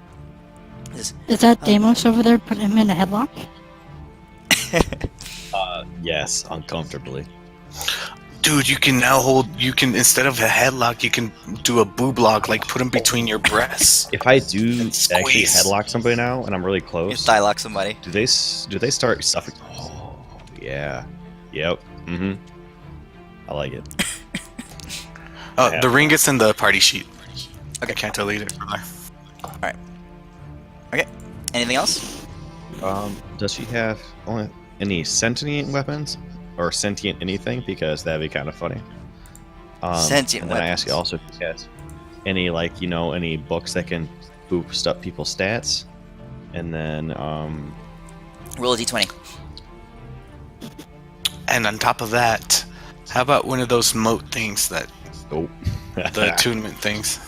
The attunement thing, she's using it for Euphemia. She had begun working on one. They take her at least 6 months to make. Oh, okay. But she Got had it. begun working on one. She's like halfway in, but she's gonna take that work and start working it into Euphemia's project. So no. And the last thing Deimos wants is obviously she probably doesn't have sentient weapons, or I would like to, if she has any crazy cool like climbing gear. Like let's say I climb a really big object and I want to like dig some shit in there, so I can like have restraints like a fat belt and just keep pounding there and not get thrown off as easily. Oh, to like hold you to the Yeah, like let's say like I have like these little launchers on my titties. They shoot out like these little grappling hooks, and I just like get like rooted down. I'm just like beating the shit out of crap, and it just holds me in place. This is a terrible, terrible I got a mistake. question.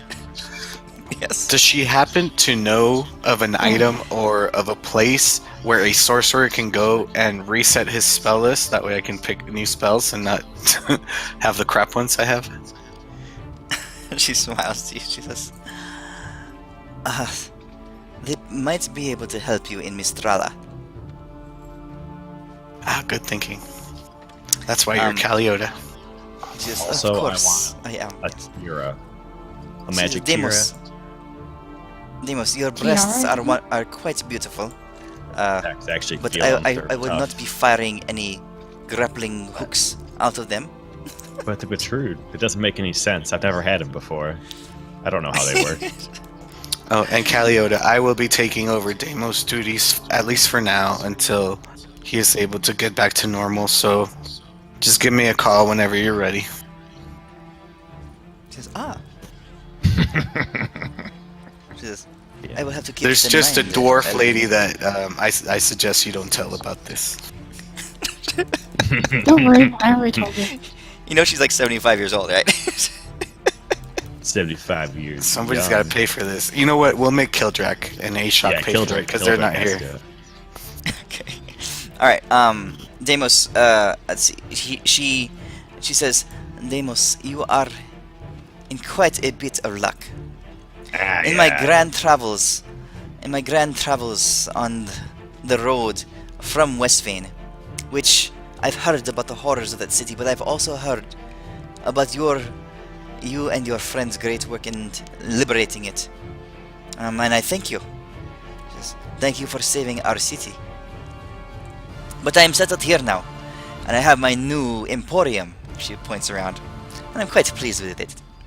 But in my travels, I did come across, and she says, and I must admit, and she winks at you, I saved it for you. It better be a big old dick piece now, because apparently I only got one. She pulls out a which one is it? It's this one here.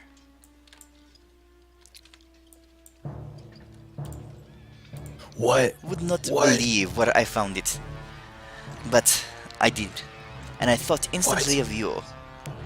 What? Deimos is crying. He's like, these must be the new hormones. I don't know how this works, but I'm She says, crying.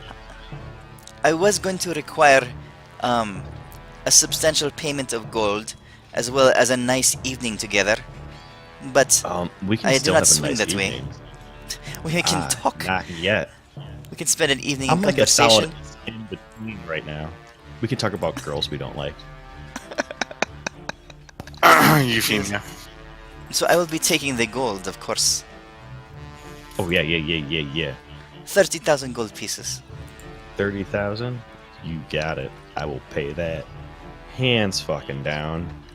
And I actually offer her another 50,000 gold pieces if she ever comes across on her travels some sort of sentient anything, just because I think that would be funny to have. She says, I will keep out my eye for something as such.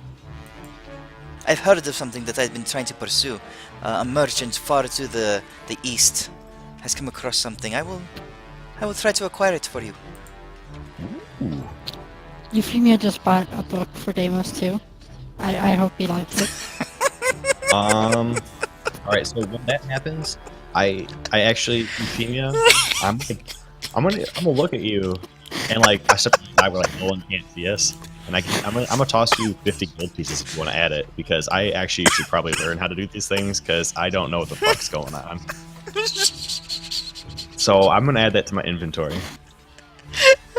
I'm just gonna call it, I don't know, the Chicken Soup's Guide for Girls. Okay. That was Girl fucking book. hilarious. Well Yeah. played, Euphemia. Yeah, not bad. I'm gonna do the girl book cheat codes. Caliota leans over the table and looks at all of you. She says, it is good seeing you again, my friends. She says, Oh, was there a grappling hook though? a grappling hook? Yeah, kind of like, you know how like Batman, Bat Dwarf has. Oh. She says, Is that magical? a magical grappling hook. Mainly, Deimos is imagining this Tarrasque is quite large, and it's gonna take a very long time to climb up to him. And Deimos Jesus. plans on climbing inside of the Tarrasque and beating him up from the inside. She smiles. She says, give me some time. I hear that there are some competent crafters across the street, and she points across at Selexar's arms, and I have the beginnings of some business dealings with them. I can have them fashion something for you. Ooh, sexy. I'm gonna. This is a magic item. This book.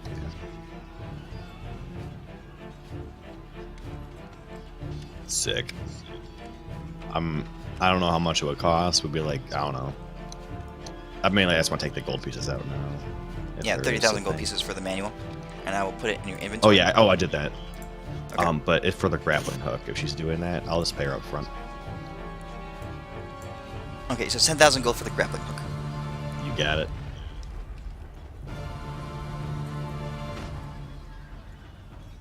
Got rid of it. Sick. Alright, so the manual takes some time to study.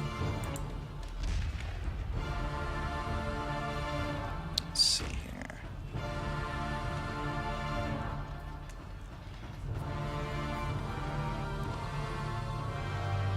And I'll be back in just a second. I gotta go take a 30-second call for bosses in China. Sure. Alright. Does it mean everyone's AFK now? I think everyone is. Hey, this is a good time for a 30-second break. I'm gonna go grab some water real quick. 30-second break.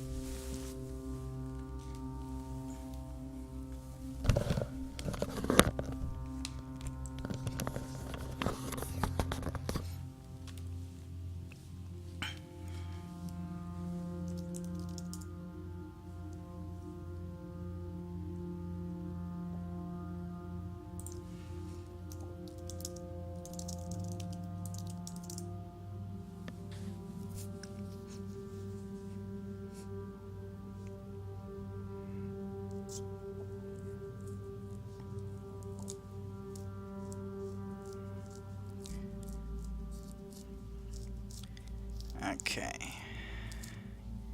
Euphemia? Yep, Okay, so I'm Deimos is back. on the phone. I'm, Okay. I hit the thing. Okay, cool. Let's go.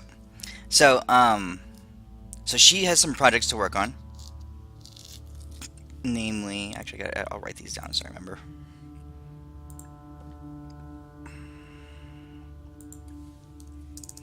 So, Euphemia's armor / kimono, Erelyn's ring, Oh, Deimos also, grappling hook. have you seen any of those new magic items in Xanathar's Guide? Like those common ones? Actually, I have not. Okay, I can probably link one. But I'm looking for the common magic item. It's a wand pretty much that makes like fireworks and sparks. Uh-huh. And I'm thinking I want to buy 2 of them, attach them to my nipples, like armor. And you ever watched like this like years ago, but like the Katy Perry thing where she shoots fireworks out of her titties? And I just want to have Wasn't it that. Madonna? Or Madonna, one of the two. Someone did. But yeah, I want to have. Katy Perry fireworks. had like whipped cream, like ice cream cones on her. Oh, I don't Never have. mind, sorry. Yeah, that's not. I think you're thinking of Madonna. Madonna. Oh, yeah. probably Madonna. But yeah, so if I could like get those, they're like common magic items. They're like this jokes. Sure, They hand she them had out them like 500, candy. But 500 gold each. you got it. I'll definitely do that because that'd be funny at some point. She's handing, so Caliota's handing them over to you. Turn them on.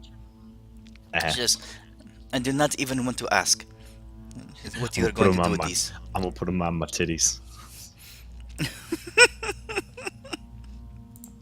I'll just edit them myself. Show this picture.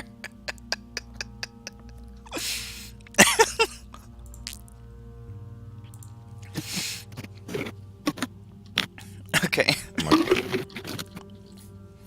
Whew. Yep, that's exactly what I'm talking. Isn't that Katy Perry? That's Katy Perry.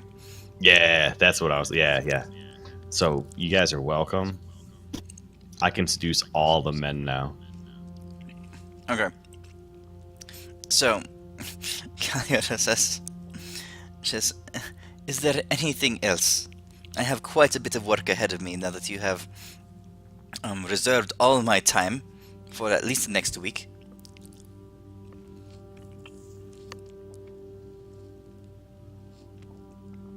What do you guys want to do? You got a stock load of magic arrows.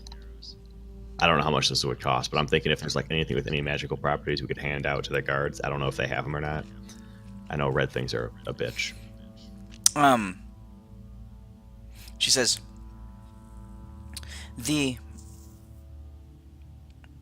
to produce items like that in mass, she says, would not be my forte. I work in quality, not quantity. Okay. What Again, about across the street at Selixar's Arms, there are quite a number of able craftsmen who basic low-level items they would specialize in. Now, what about like a bunker? Like instead of like that cube that turns into that mini fortress, what about like one that turns into like a mini bunker? You know, just so we could all camp out there.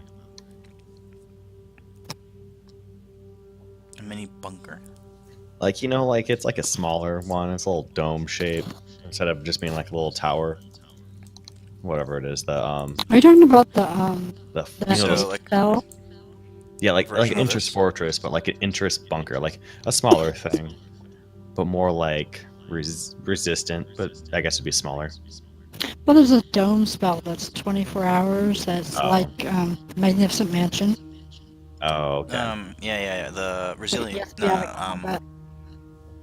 what's it called? I had it on my mage, on my wizard. Yeah, I think every mage does. Is it the hut? Yeah. No. Yeah, I think it's hot. Yeah, I'm thinking of like the Oh. hut, but like in a magic type of item thing, just in case like shit gets real sour. But you Like, want mainly- something that can just be cast instantly. I want to have it if we come across like some people who aren't dead, and we can't take them in the mansion, or like and they need to save themselves.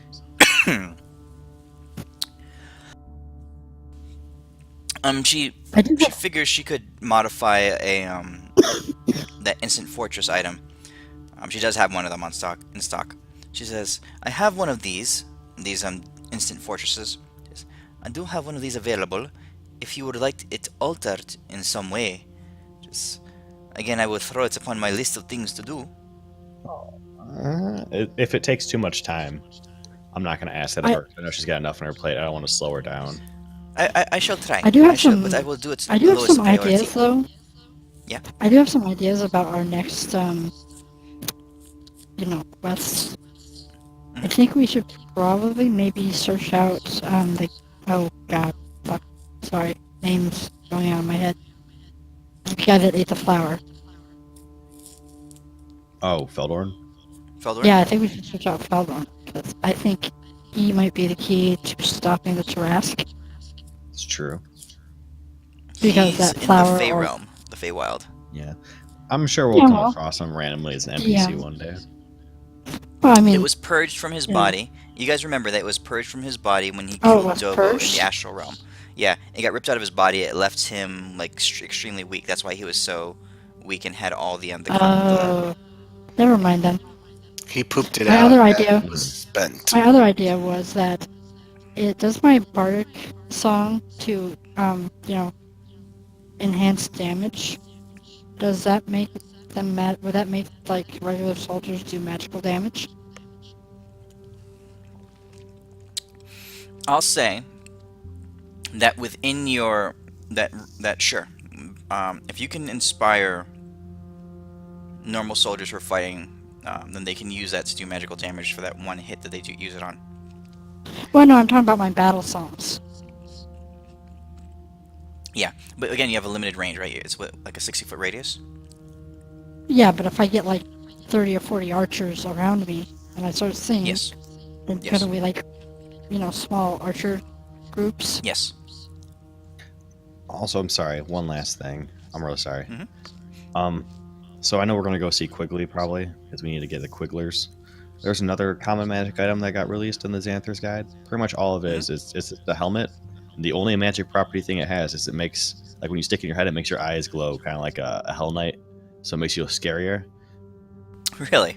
Does she have anything like? Yeah, it doesn't actually do anything. It's just all for RP purposes. But I think if she would have something kind of like that, it'd be a really cool gift for Quigley to make him feel better about himself if he's down in the dumps. Sure. She says, I of course I have one of those, several of those in stock. I looked it for can the be biggest modified one to she fit has. Quigley. Yeah. Okay. Yeah, I'll do that. she has one. She does. She has one. It just takes her 5 minutes to modify the size, and she hands it over to you. 500 Alright. gold pieces. I will pay that. Okay.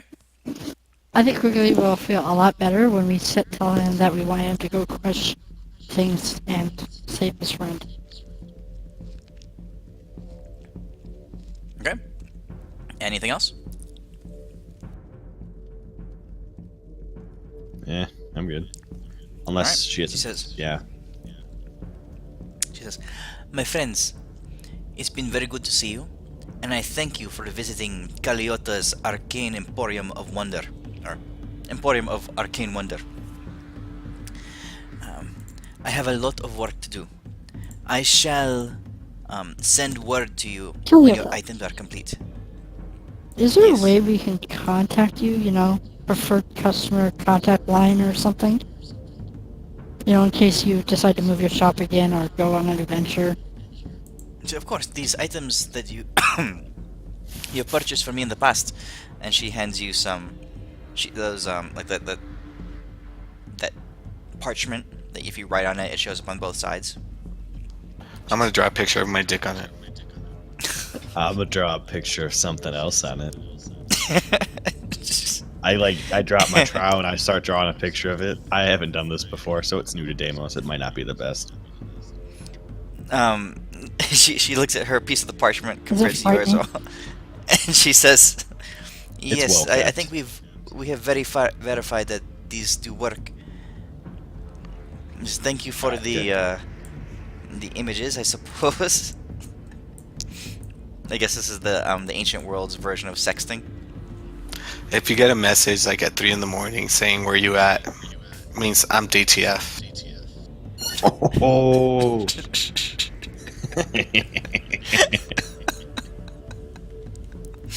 She says, This may have been a mistake, but here. And she hands you half of the parchment sheets. I'm gonna take the parchment and hide it from the other two. Okay. I ask her for like 3 more pieces of paper. Don't She says do you it. have to. Hey, Miss. take them from Tress Euphemia. over there. Stop shaking. Take it out of her hands. I'm just gonna put my hand next to Deimos' face and watch it, let it shake, and smack him in the head a few times. Ooh, I a do shake and that- caress. That must be see- disgusting. Yeah, you shake and caress me, but as you're doing that, I shake and caress my titties all over your face. I'm like, I am very disgusted, and I naturally one might. Wait, don't be disgusted in my body. I am very You have a disgusted beautiful with body, it. Deimos. It's beautiful. I feel weird calling you Deimos. Don't worry about it. You need a Deimosia? name. Dan was just Deimosia. finding this shit hilarious. Okay. All right. So Caliot has a lot of work to do. She'll send word to you when your work is done. It'll be about a week, maybe a little bit more. Okay. You get to work, girl. All right. She Not does. you, as Deimos. As you leave, you see Oh. her dim the lights in her emporium. She sends her assistant to manage the staff as she heads to the back room and begins to start to craft and weave the enchantments together. I'm gonna tell the assistant. You're welcome. His name is And then his wink. name is Pip. I'm gonna Pip. walk up to. Sorry, what? He cringes a little bit, and then he looks at Deimos and he cringes even more. And he says, I look at him like, "You're welcome." you see him freak a little bit, and he can see him like throw up a little bit in his mouth, but then keep it in. He says, "Thank you. Any friend of Caliota's is a friend of mine. Please, please go away."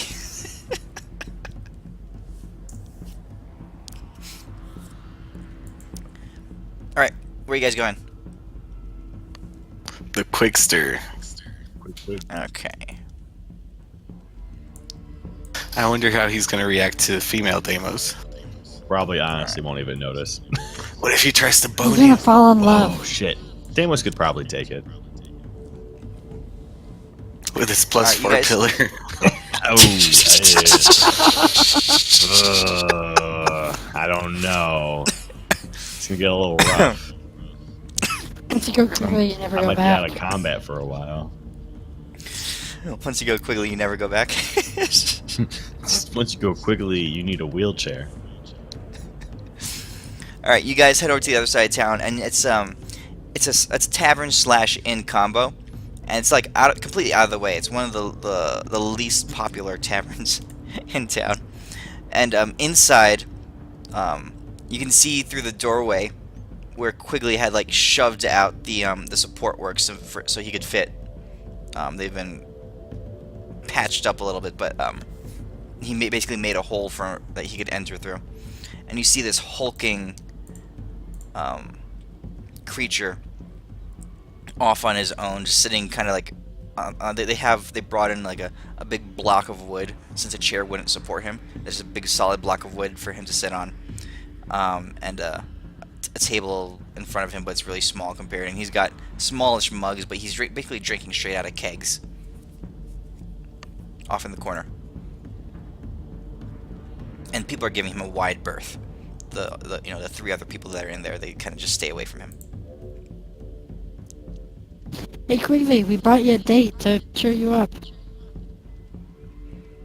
Quigley just kind of turns over and looks at you and says, "Quigley, Quigley not know you." He points at he looks at you, Deimos. Who I start you? flexing. I said, I'm Deimos. Deimos had some work done. Grr. Deimos has boobies. Deimos has big pecs. And titties. Quigley goes, and he goes back to his beer. Hey, Quigs. Hey, Quigs. We are friends, and we know that you're... Oh, sorry. I can't do a girl voice. We know you're our friends. And, I'm assuming Damon still has the exact same fucking voice. And Yeah, probably. I was like, I was like, and you know, and you didn't have a choice. Stuff happens, like freaks in nature, like Euphemia turning you into a lady. But it's okay. You just have to deal with it. And you had no choice. But we need you to help a friend. Friend. This is a time to redeem yourself. I know you're feeling sad, but you'll feel so much better. Quigley sad. Quigley to get happy. remembers what Gromash made Quigley do. Quigley want to save more people to make. Yeah, Quigley. Remember, we fucked that dude up, so yeah. Quigley broke free. Quigley got a new helmet. What? He looks up. He looks. What that? This is a friendship helmet. It will strike fear into your friends' enemies. Give Quigley. Yeah. Alright, so I'll give it he's to interested Quigley. in the helmet.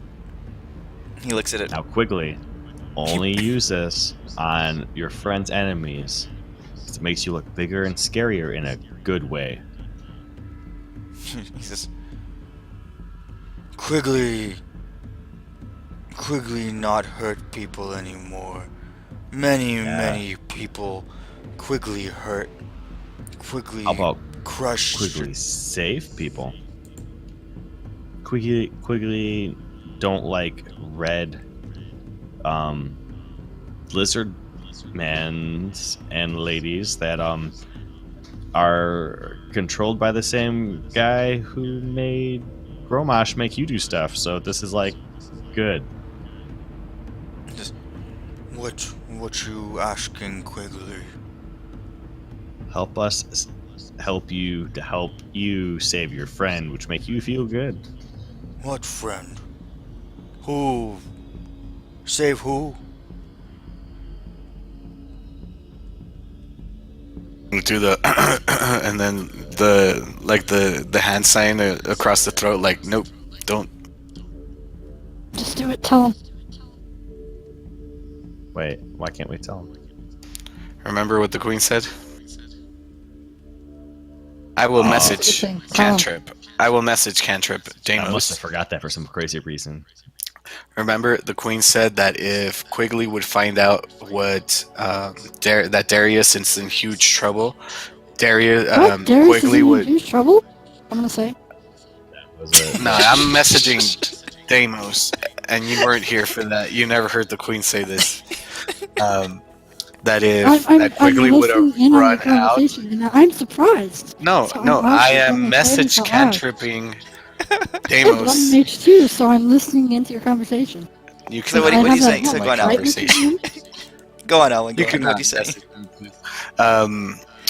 For us not to say anything, because Quigley would just run into trouble, and remember these dudes are immune to like physical damage. He just got But they're himself not killed. immune to him.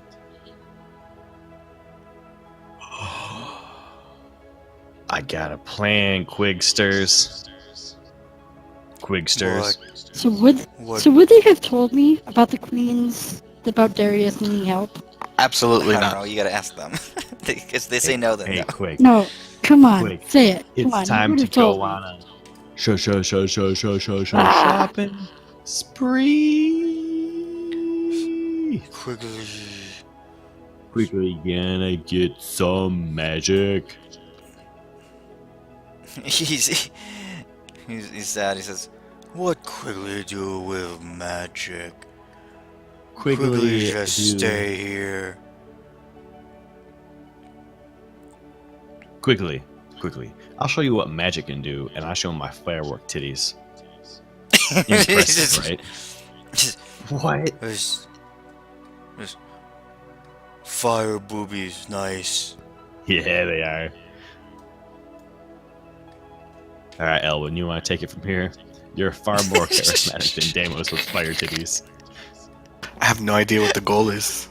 What do you want him to do? Well, we need to get him so he doesn't just get, I guess, destroyed by these things. But don't we know that like he He can hit? won't. Like his attacks are magical, right? I mean, not Yes. magical, but He, they're yeah, like he, That's he what I can asked. damage them for sure. The queen He was will the kill queen was everything afraid there. that he would just go charging off on his own, and just go crazy and get himself killed, basically. Quigley. Does Because Quigley know he restraint can hurt for leapers friends? for sure. Does he know restraint? Quigley. What you need to learn is don't straight up Don't force. attack. Only attack those who are threatening your friends. Just Quigley helps friends. Yes. Now, Quigley, let's say hypothetically, so obviously this isn't happening. Like, let's say that like one of your friends is getting attacked by a bunch of stuff, and there's a horde of them.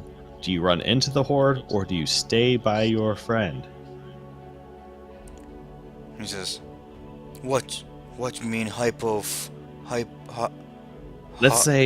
Let's pretend that your friend is surrounded by a bunch of enemies.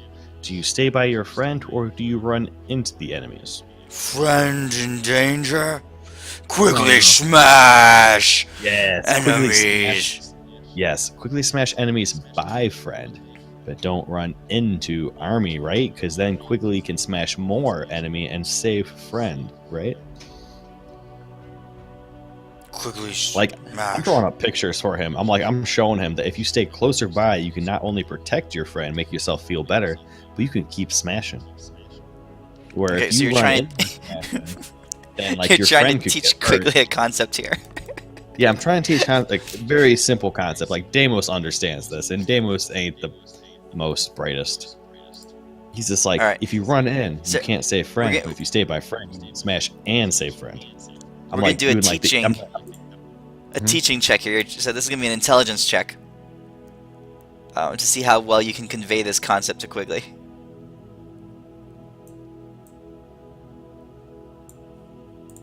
All right, that should be more than enough for Quigley. Quigley looks at you and says, "Quigley, not smash. Quigley." No, you always smash whenever you're able to. Quigley smash. Oh wait, I know how to do this. So, Erelyn, you have to be like the words about this because you're far more charismatic. But like, I'll be like the coach. Like, I'll be like the assistant coach. It's like I'm drawing pictures of just like the quarterback. Quarterback's the friend, and Quigley's like the whole offensive line and like every fucking other player on the field because he's Quigley. And then like all these defensive people, they're the bad guys. And I'm showing him that like if he stays around, he can protect his friend. Like I'm drawing pictures, and then but I'm saying if you go away, then your friend gets sacked. Yeah, I can persuade the shit out of him, but if I'm trying to make him understand, you have a higher intelligence modifier than I do. Oh shit! So that's what Deimos saying. Like Deimos is like he's really trying to teach this guy. Okay. So I'm gonna Like roll in simple intelligence. terms. In simple terms, like it's like it makes like high school dumb boys understand stuff easily. Here's Quigley's intelligence Like- check to understand. Good. He Good. says, He's getting it. Quigley, protect. Yeah. I'm gonna Yeah. I'm gonna make Have a him minus feel two? good about what he understood. Yeah. Like, yes, Quigley, you're Quigley. getting it. See, Quigley smart. Quigley very smart. I will then also Quigley. actually cast a spell on myself for enhance the intelligence one. I think it's the owl one. So I'll do that, Okay. and like as I'm re-explaining everything, like we're doing Okay. like the Ellen's like doing like the good cop, and I'm teaching him, and he's just like constant good reassurance here. Okay. All right. So go ahead and roll it. He says, Quigley, smash.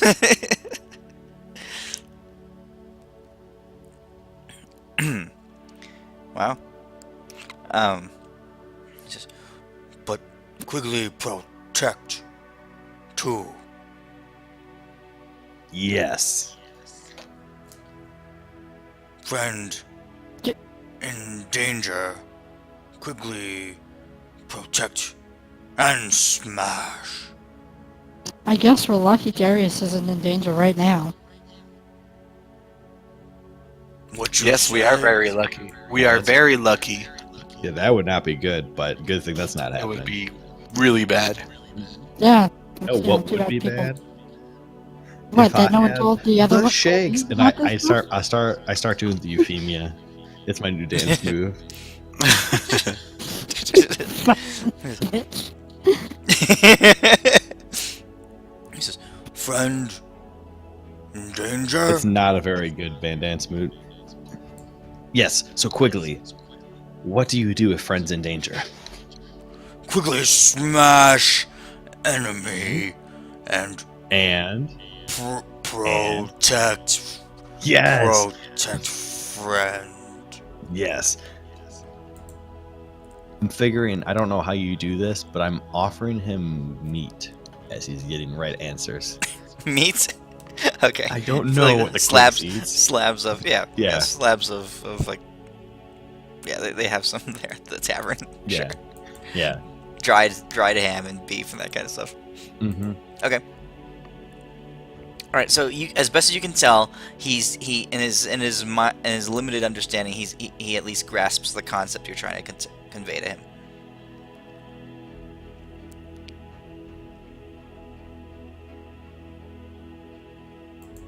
All right.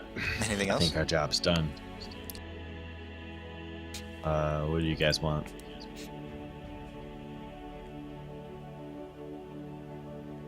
Oh, well, one's at work. So, Euphemia, is there anything else you want to do here before we do that thing? What thing? Well, I can't tell you about it now, but there was What like a thing? I don't know what thing you're talking about. Oh, well, I was gonna go, just do girl shit. You want to go shopping? Or clothes? Am I not No? allowed to come anymore? Oh, Elwyn. You gotta stay by I have- us. Fabulous robes. Fuck yeah, you do. You'll be like our gay friend, which, like, we're gonna go out to the town and it's gonna be freaking amazing. All right. Oh, the gay friend always gets pussy. Yeah, he does. I mean, what? No, so, Elwyn, what's our plan now? So I think we got Quigley to understand stuff. Yeah, as best as you can tell, Quigley understands what you're trying to explain to him. But All he right. still doesn't know. Should we? Are we gonna wait for our stuff to be ready, or are we gonna head out and try to? What are we doing? What's like the overall plan? What's the goal? I think we have to take care of that thing. Because we sent the orcs to the other place, so What thing? well, I'm sure we can let Obeard know, and Obeard will take care of that with that extra help. But we'll have to take care of this other thing. What thing?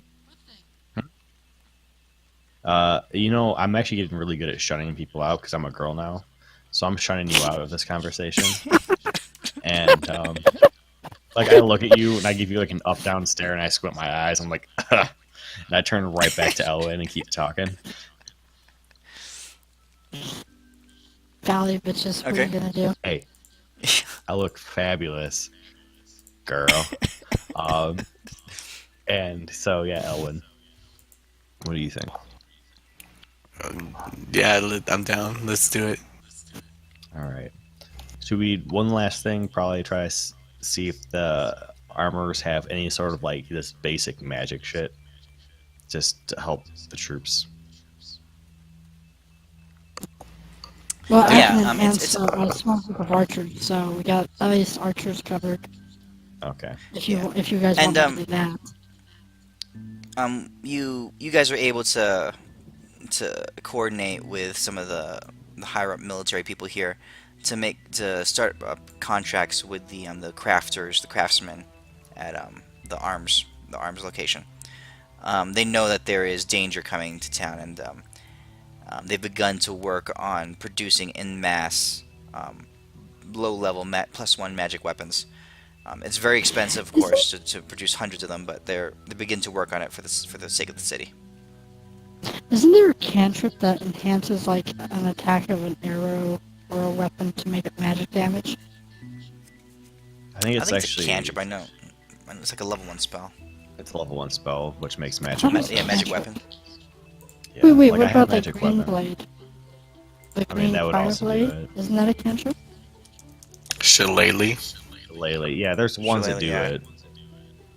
This is a level I'm 2 gonna spell be magic like- weapon. Like No, I if was all thinking, these like, people something decided to simpler that switch we over cast to on being all of them. Tempest worshippers, it'd be a lot easier. Everybody's a Lord Claire. So Things would be quickly a just gonna lot hang out. easier. He's a little bit baffled about why you guys came to explain this to him, but he doesn't really care. He's sitting there in his keg, and just kind of hanging out in this bar. Quickly, we'll be back. But you think on that, but we'll be back. Don't get too crazy, okay? Quickly stay here. Quickly not hurt anyone. Okay. Okay. All right. By this time, it's fairly late in the day. You guys have been going all around town all day. You've been to Mistrala and here and talking stuff. So it's probably after dinner time. Anything you guys want to do before you turn in for the night?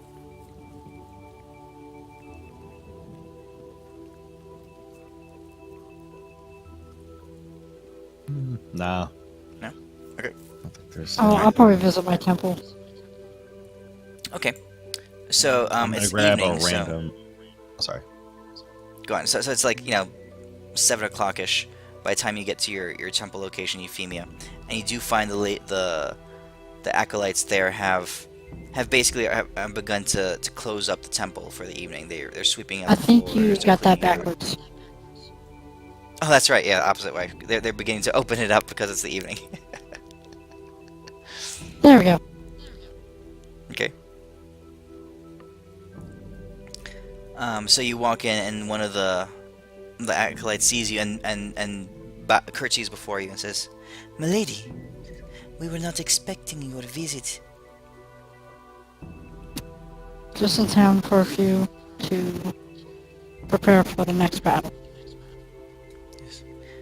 I understand.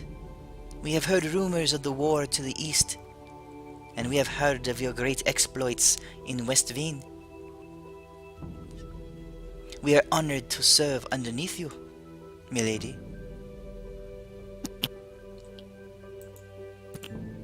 I'd like to start the acolytes training in enhancing magical weapons, because that might become useful in the very soon nature of the new enemy. Okay. And the magic users can do this. They can practice and learn how to create +1 weapons. It'll take some time. Their priestesses are not. It's not one of the skills that they normally work on, but with careful direction from you, and you spend basically the night there with them, giving them instructions and Well, training plus I them want on them the to basic learn how to premises. do fire. Yeah, plus I want them to learn, like, the spells for casting on mundane weapons and turning them into magical weapons or fights. Okay. Okay. So the magic weapon spell, is that what you're talking about? Yeah. Well, magic. Okay. Well, the green blade, magic weapon, and shillelagh. Any spells that can enhance a weapon to make it magical damage. Though most of my acolytes will probably already have magical weapons, Mm-hmm.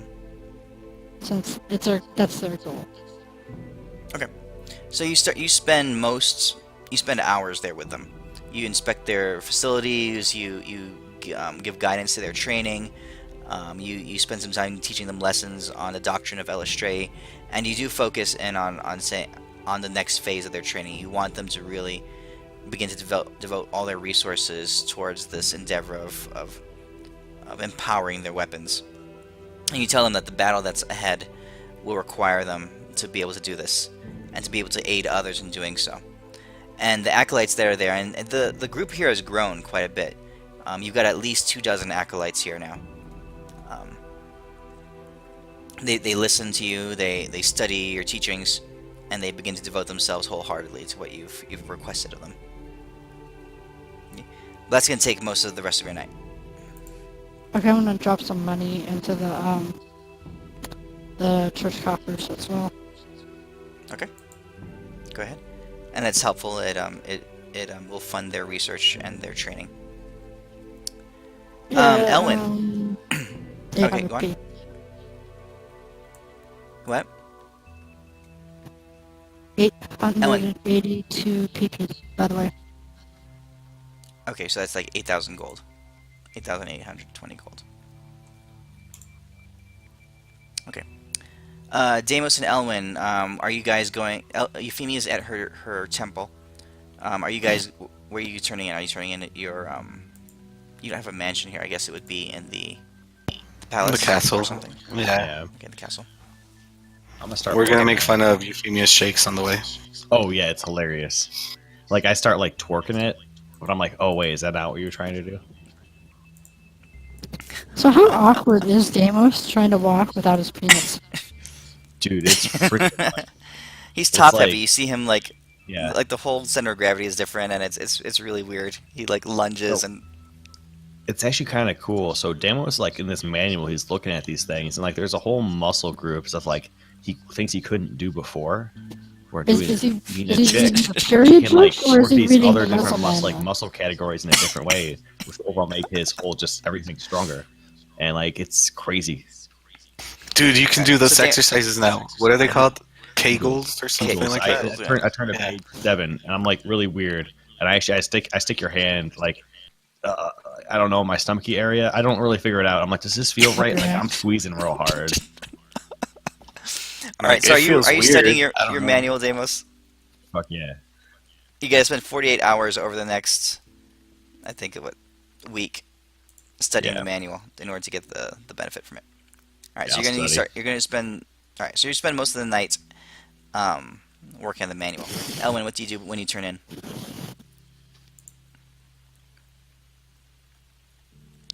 Nothing, just go to sleep. Okay. All right.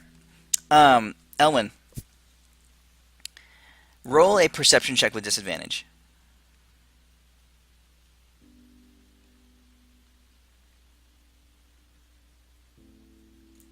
Okay.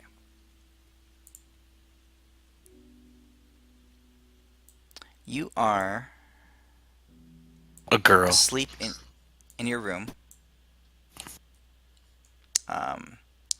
Inside the palace, they've secured for you a quiet corner, and you guys have stayed here before, so obviously they have a whole wing kind of devoted to where you guys are. And in your bed, you're reclined there, and you drift off into your trance, and you're kind of reflecting on the events of the day. And your mind just drifts off as you begin to enter the elven version of sleep, your trance, unaware of anything around you, but something does happen in the room, but you're unaware of it. And when you do notice, it's too late. You awaken sharply. Your mind snaps back as a blow strikes you right in the chest.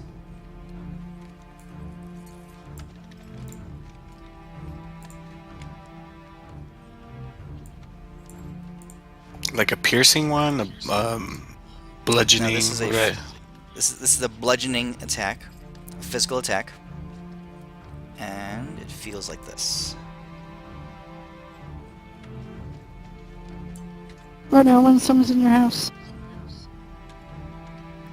And you awaken, and you see right before you. You're lying backwards on the bed. You're reclined. You're sleeping on your back, and above you, standing on the bed. Her legs basically on either side of you. Her fist punched into your chest.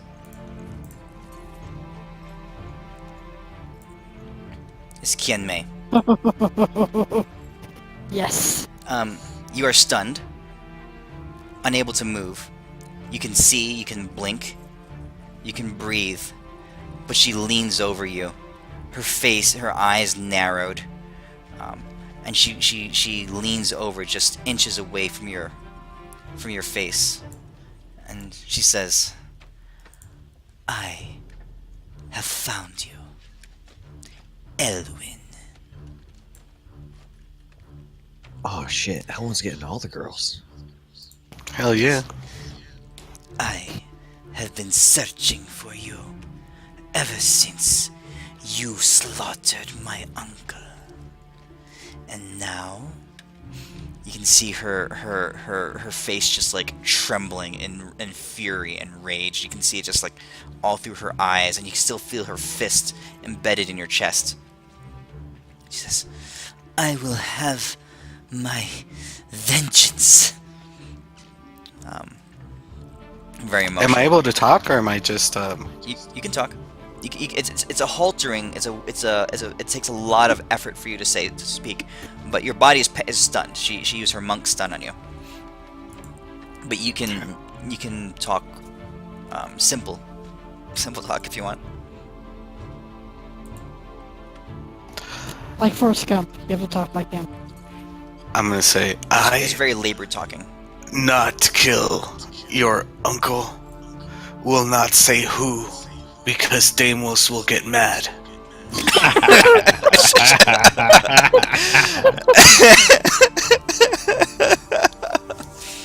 She leans in. She says, "Why do you lie to me? I know you were there. I saw the blood all over your face, and I saw you cast your magics as you fled and took Deimos with you. Yes. Why did you do it? Why did you kill my uncle and break the truce between you? Why did you strike out against me when we had been allies?" She's very emotional right now. Yeah. I did tell you of the reason Yeah. why you did want to kill him, but yeah. There is darkness in this land. I am not lying when I say I did not kill him. I was a party to it, but it must have happened. The gods willed it.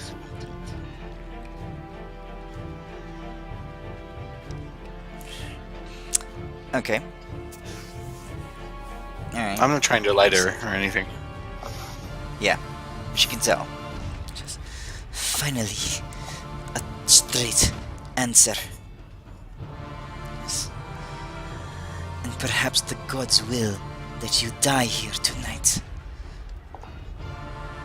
Are you ready to die, Elwyn? If it is what the gods will, do your worst. Roll a persuasion check.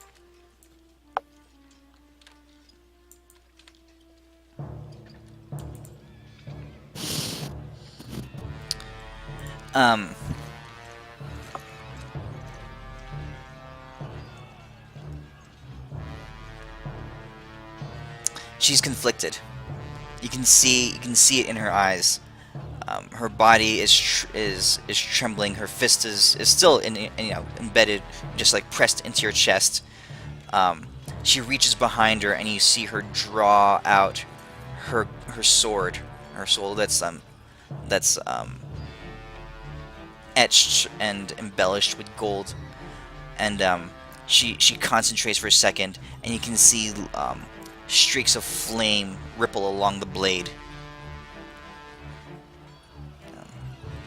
She says, "Elwyn, murderer,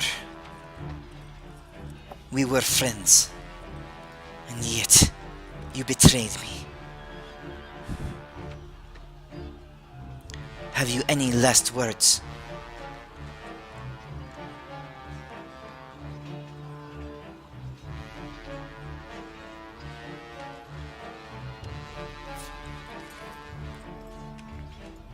say something epic. Oh shit! I was muted that whole time. I will say, That's not epic. you do not lie. All you speak of is true. We were friends. I am a murderer. I have betrayed you. I did not murder your uncle, but I have murdered many people. Most of them have deserved it. But know that at the time, when your uncle was murdered, I did not know who he was. I was only guided there by the gods. And I am ready for whatever punishment you're willing to deal. Okay, roll one more persuasion check. Actually, just a straight charisma check.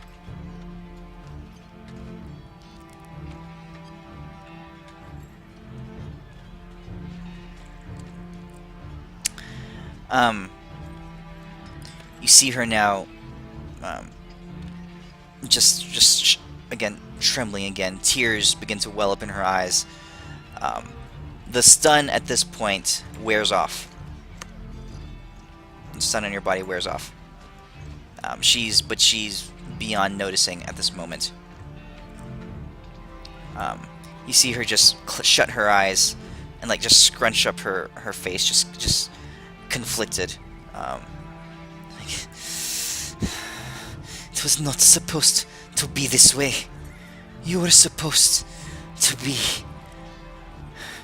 evil and cruel and heartless.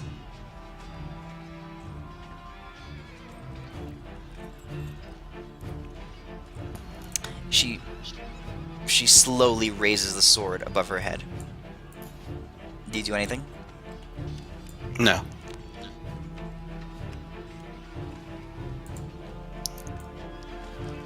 Roll a d20.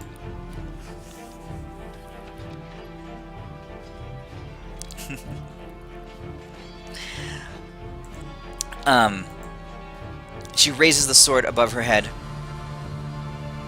She says, "But a price must be paid."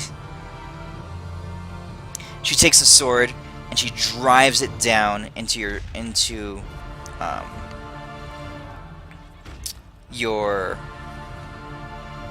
right shoulder, where kind of the joint, the place where the muscle meets the joint, the shoulder joint, and she just shoves it straight down into the bed. What? What'd you say? Oh, nothing. She drives the sword straight into the right part of your chest, right? The pain is excruciating as flame just as the fire and the flame just cauterize the wound instantly. But you take a very 1 second here.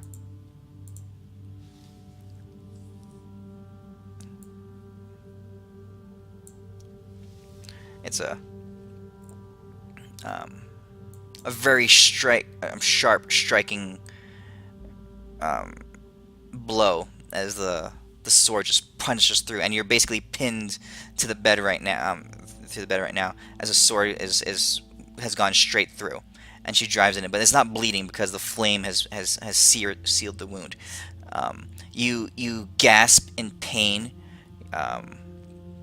Roll a Constitution saving throw to see if you scream or not. Okay, but you're completely stoic. Your face is resolved. You barely flinch across your face, and she's inches away from you, just your face, just gazing straight into your eyes. You can see the tears welling up in them, and she says,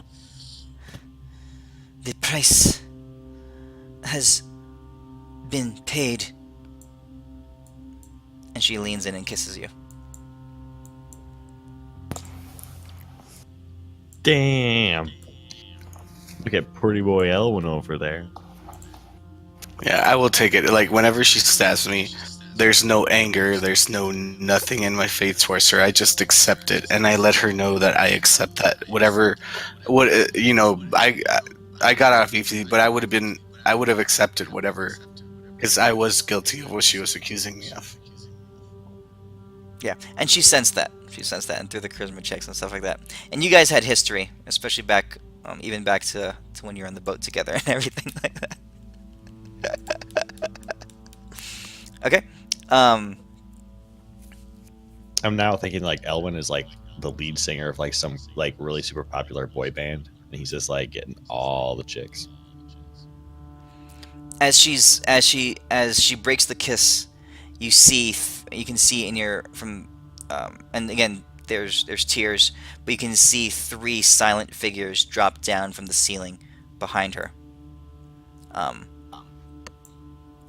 She turns and you recognize her 3 companions, her 3 ninjas. Oh, okay. And she turns to them and she waves them off. She pulls the sword out from your arm, and she says, "Erelyn, I do not know what the future holds for us, or for this world and this land. She says, I do not know where I shall be. But I do not know." I will tell her. Make sure you are far away from this place. The safest place is away from this country at the moment. We are facing a great danger. Stay away. She nods. She says, "Perhaps that is best. Farewell." Oh, go on. Farewell. No, I was gonna say before you go, Yes. we are going to have a great battle. I have a great battle ahead of me. Do I need to be concerned of all these vibrations I feel in my body at a later date?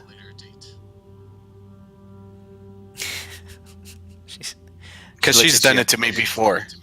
Yeah. She turns and she flicks her head a little bit, and you can see the ninjas just silently exit the room. And she says to you, she says, "Erelyn, I did nothing to your body just now. Perhaps you are feeling something else?" Perhaps.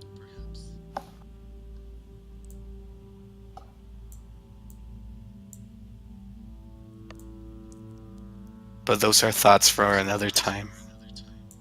She says, "You are right. I will take my people, and we will leave this land. Farewell, Erelyn." As soon as she leaves the room, I'm gonna go, "Oh, motherfucker, my shoulder!" She quietly disappears into the darkness and slides out of the room. Okay. That could have gone worse. That could have gotten worse. I wasn't sure how you would roleplay that, but they were ready to kick your ass. Yeah, if it would have been anybody else, I would have fought. But no, I do deserve it. I've always felt bad about what we did. Yeah, he was a butthole. Really? Hey, this is coming from the person who randomly sex changes people. So, yeah. Actually, wait, he's not that bad then. Crap. I don't know why we killed him. Just that Deimos had to kill him. Yeah. Hey, yeah. Don't ask a god what a god The God of War. wants, Didn't because like it. gods do things and they're smart. Gods are quite smart. I murder fight like half of his guards too. So Don't even worry about it. All right. So, I mean, you're in a lot of pain, Owen, obviously, and you can tell that for the duration that she had left the sword in your stuck in your arm there, your arm is like, she pulls it out and it'll heal. The wound will heal eventually, but first of all, you'll have a nasty scar, and second, that arm is gonna have just be chronically painful. This is not something that's gonna go away. yeah, I would go see my friend Deimos right afterwards and tell him about it, and hopefully he can heal me a little bit. And help with Yeah, those you punch into the room. vibrations. See me just I'm just wearing. I'm not wearing much. Like I'm not used to wearing things. I'm wearing drawers, but that's about it. And I'm like listening Yes, to so Deimos, you're 80s workout music, and you just see me just like doing these leg things that don't make sense for dudes, but it makes sense. It's in the book. Trust me. I'm gonna say, hey Deimos, hey bro. What's up, bro? What's up, bro? Hey, remember that one chick that which she's one? really hot, Chinese, Oriental? First Got- off, that's just disrespectful that you're just calling women Oriental and hot.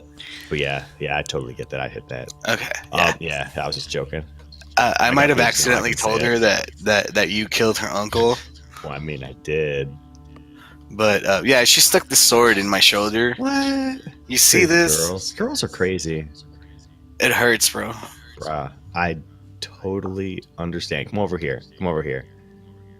And then, I can't stop my exercises, but I was like, I'll get over. I'll touch your shoulder and I'll try to do some healy stuff, and I'll go heal your shoulder up. okay. I was like, hey, Ellen, while you're there, get around. Do you see like there should be like a torque tension in my upper back when I'm like pushing down on this machine? You see that right there? It's like it should be like about 4 inches above my ass. I medicine checked the shit out of above her ass. Yeah. So it's like porn music just start in the background while this is happening. Well, Okay, as far as I'm concerned, Elwin's still rocking a boner from Ken May being in the room. bro. It's cool. What? I'd bang me too. But this is for scientific purposes of muscle building. It's called. Oh, I know all about muscles. Yeah, double gender I don't know what it's called, but it's in this book. Don't worry about it. All right. Sure. I do whatever he wants. Whatever female Deimos wants me to do. Check out her muscles. Well, I just want to make sure I'm doing the things right because I didn't set up a good mirror in this to make sure I'm doing it perfectly. But I mean, obviously, I'm doing it perfectly. All right. But Well, I'm a chick now, so I want to make sure someone's checking me out while I'm working out. yeah, I'll check you out and fall asleep doing it. All right, you good. You can get out of here, bro. Stop thinking about you fucking pervert. You sick son of a bitch. All right, Elwin, you're healed. You have a scar on your arm and chronic pain. It might come into effect sometime in the future, but we'll see. I mean, it's still your arm's still functional, but it's more of the kind of thing that every time you feel it, you kind of remember. That I get a boner every time my armor. Sure, if you want. All right. So you go back to your room. You guys finish the night. You are able to go back to sleep, and you guys wake up the next morning with your rest. Okay, a second. All right. Okay. What do you guys want to do? So just state of the world. You guys are in Ospium right now. Right there.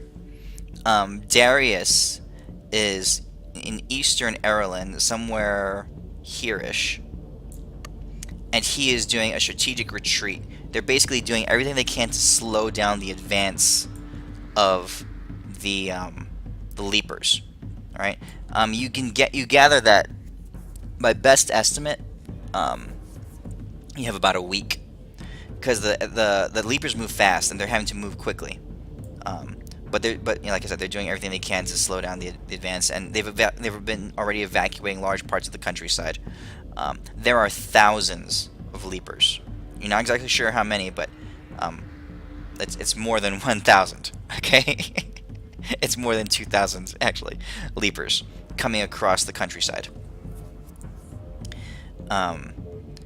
So you guys have some time, a little bit of time to prepare for what you want to do next, but this is going to be a serious threat to Ospium.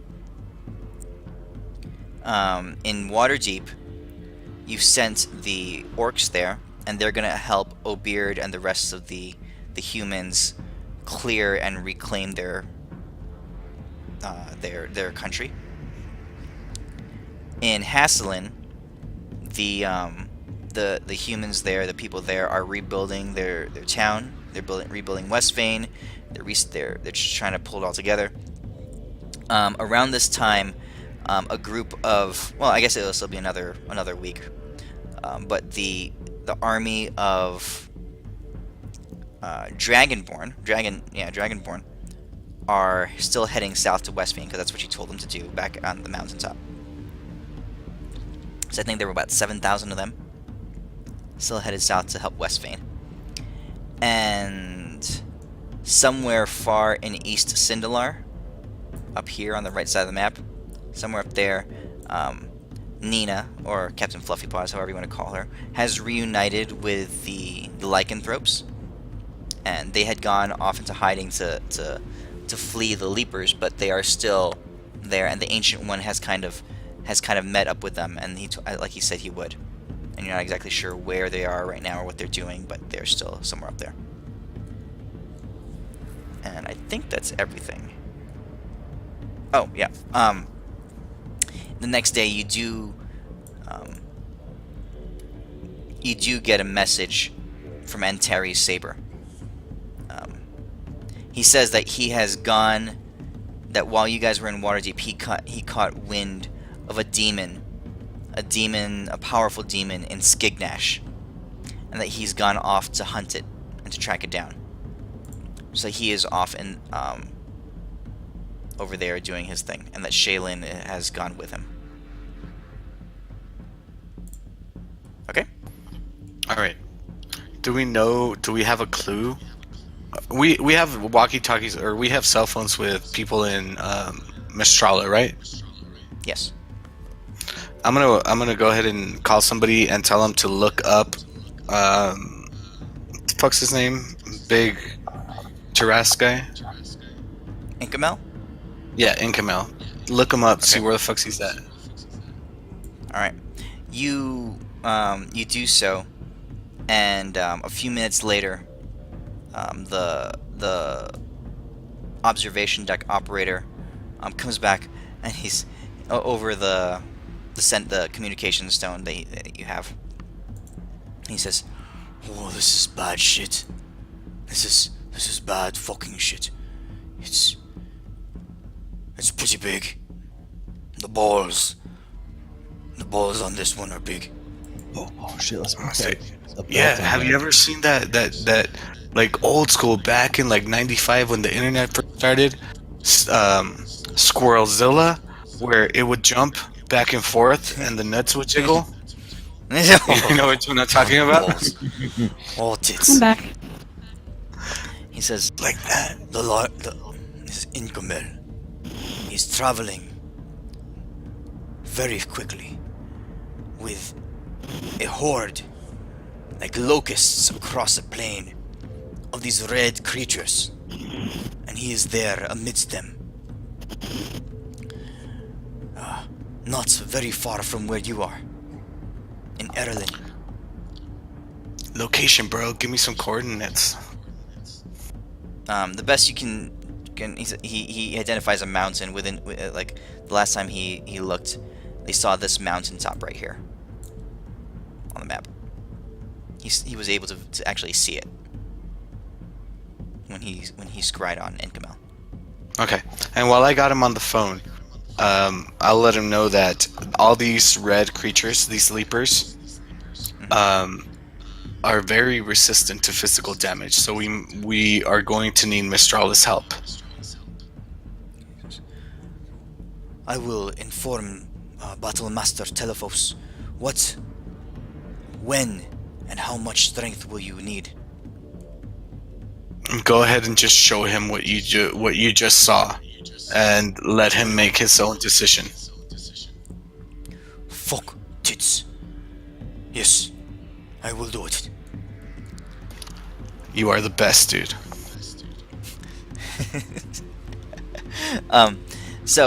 So Mistrala has been, for the past couple weeks, has been another couple weeks. They've been hastily training up more and more mages. They're in the order of close to 300 mages who are trained up for battle. They're not full Magnus level, but they are capable and competent spellcasters. So you figure that given more time, they'll be able to deploy something like that amount to Erelyn when it is necessary. Okay. I will remind him that it's no longer about different nations. This is about the world. Yeah. It's about collective survival. Yeah, for sure, for sure. Okay.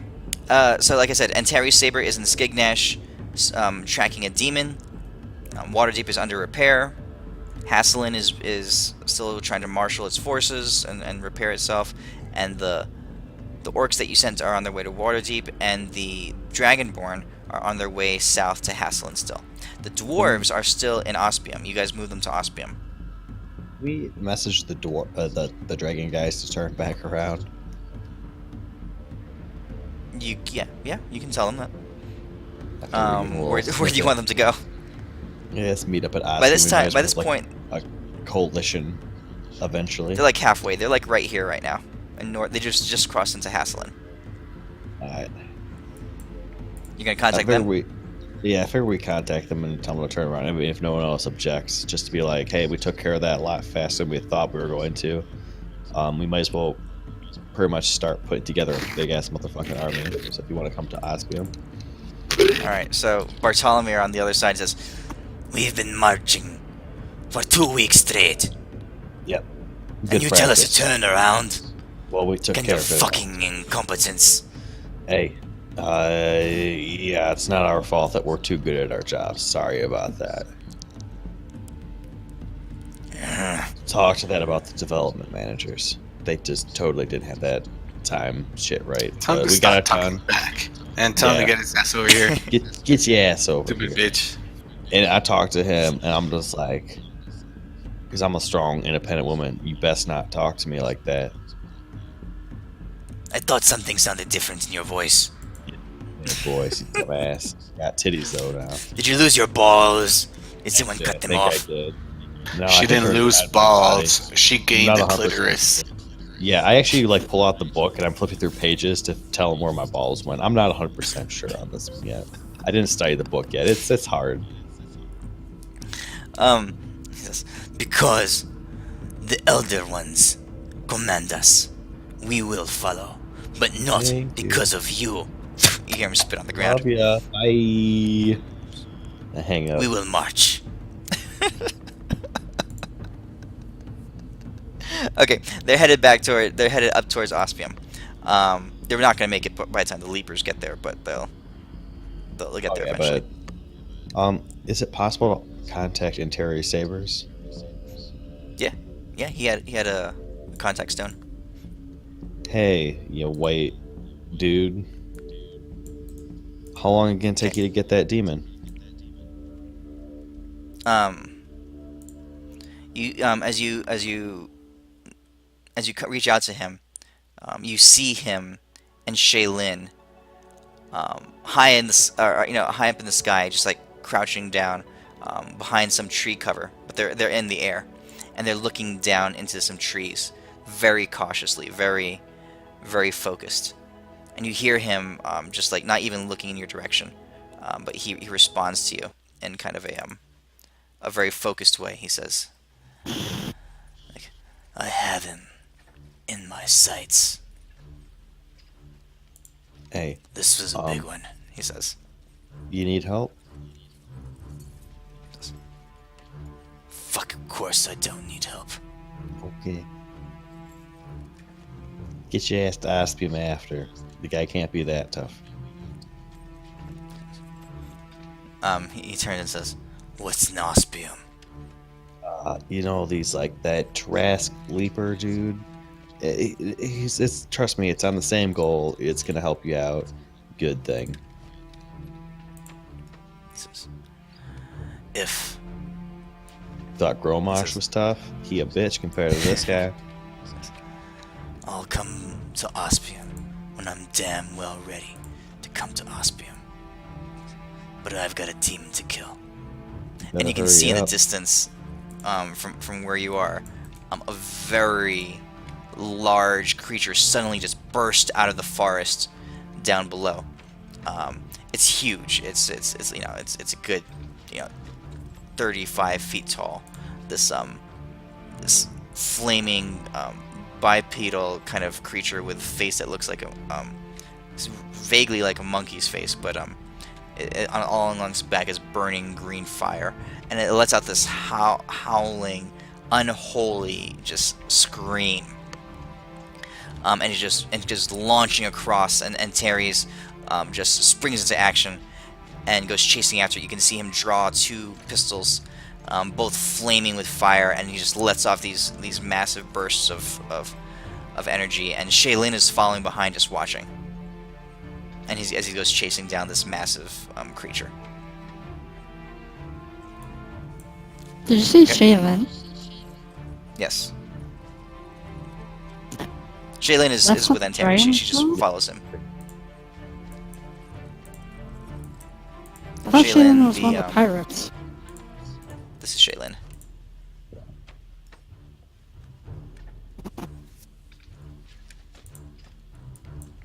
Okay. Cuckoo. Kian Mei Now, is was that the pirate lady. The Asian lady that Ellen was talking to. Is that What? like one What'd of you the say, more Deimos? like? Oh, sorry. Is that like the one of the bigger demon versions for under like the Demogorgon guy's control in like that book? This is just like yeah, out of game. Yeah, as best. Yeah. You can sort of make the connection. You guys are you're, being a cleric, as well as enough. You can tell this is a very powerful demon. Probably a high-ranking lieutenant or something. That Antares has set his sights on. Okay. All right. Unless you guys want to do anything else, I think that's a good place to leave it right now for tonight. You have some plans to make. Like I said, the timeline, the ticking timeline right now is the Leapers, the army that's coming across, and Darius is if unless they catch him, when they might honestly catch him. If he can make it back to Ospium, he will do so, and his army will be much diminished. Currently, he's only lost a handful of troops, but if he travels all the way back to Ospium, he'll have lost the majority of his forces. You can, at least, you guys assume, and have Inkamel and his army hot on his trail. Okay, so that's what's going on right now. My opinion, let's just fucking go and face Inkamel. See, this is what I was thinking, but I totally agree with you. Is what if, like, let's say, like, I heard the Uber app actually has gotten a lot better. So if we Uber app, we get close there, we can do like, I don't know, a meteor swarm, nuke buy, and like once a day just keep swinging around and help them like do the retreat. And then it'll clear out a bunch of them, and then probably won't have very many losses as these guys are faster and quicker to retreat. And that way we can have more people back at Ospium in a defended place, and also we nuked a decent amount of these guys. Bro, if the thousands of players make it to Ospium, Right. Ospium's fucked. You're right. I don't see any other way. Oh, I'm down. You know I'm down. I'll fight you. That monkey, Owen, is a large, very large demon lieutenant that Antares Saber is hunting in Skignash right now. Is it mad because it doesn't have any balls or penises? Yeah. Yeah, it's probably that, madam. All right, cool. I thanks think for that's a running. good place to leave it for tonight. Yeah. So, Deimos, you're a female. Euphemia, you have tremors. And that's a good spot to leave it. I'll try to get in touch with Albrecht and see what he's doing and why he wasn't here tonight. Are you gonna start adding Darkest Dungeon memes into your game now? I never played that. Darkest Dungeon? Oh my god, you were just sad. I never played that either. Then again, I'm like a cool kid. So, yeah. Alright, guys, thanks for playing. That was fun. Yo, no, thank you so much for running. It's a lot of fun. Yeah, thanks, dude. Cool. I'll catch you next week. Yep. Yep. Fireworks See you, man. out. Take care, guys. Have a good night.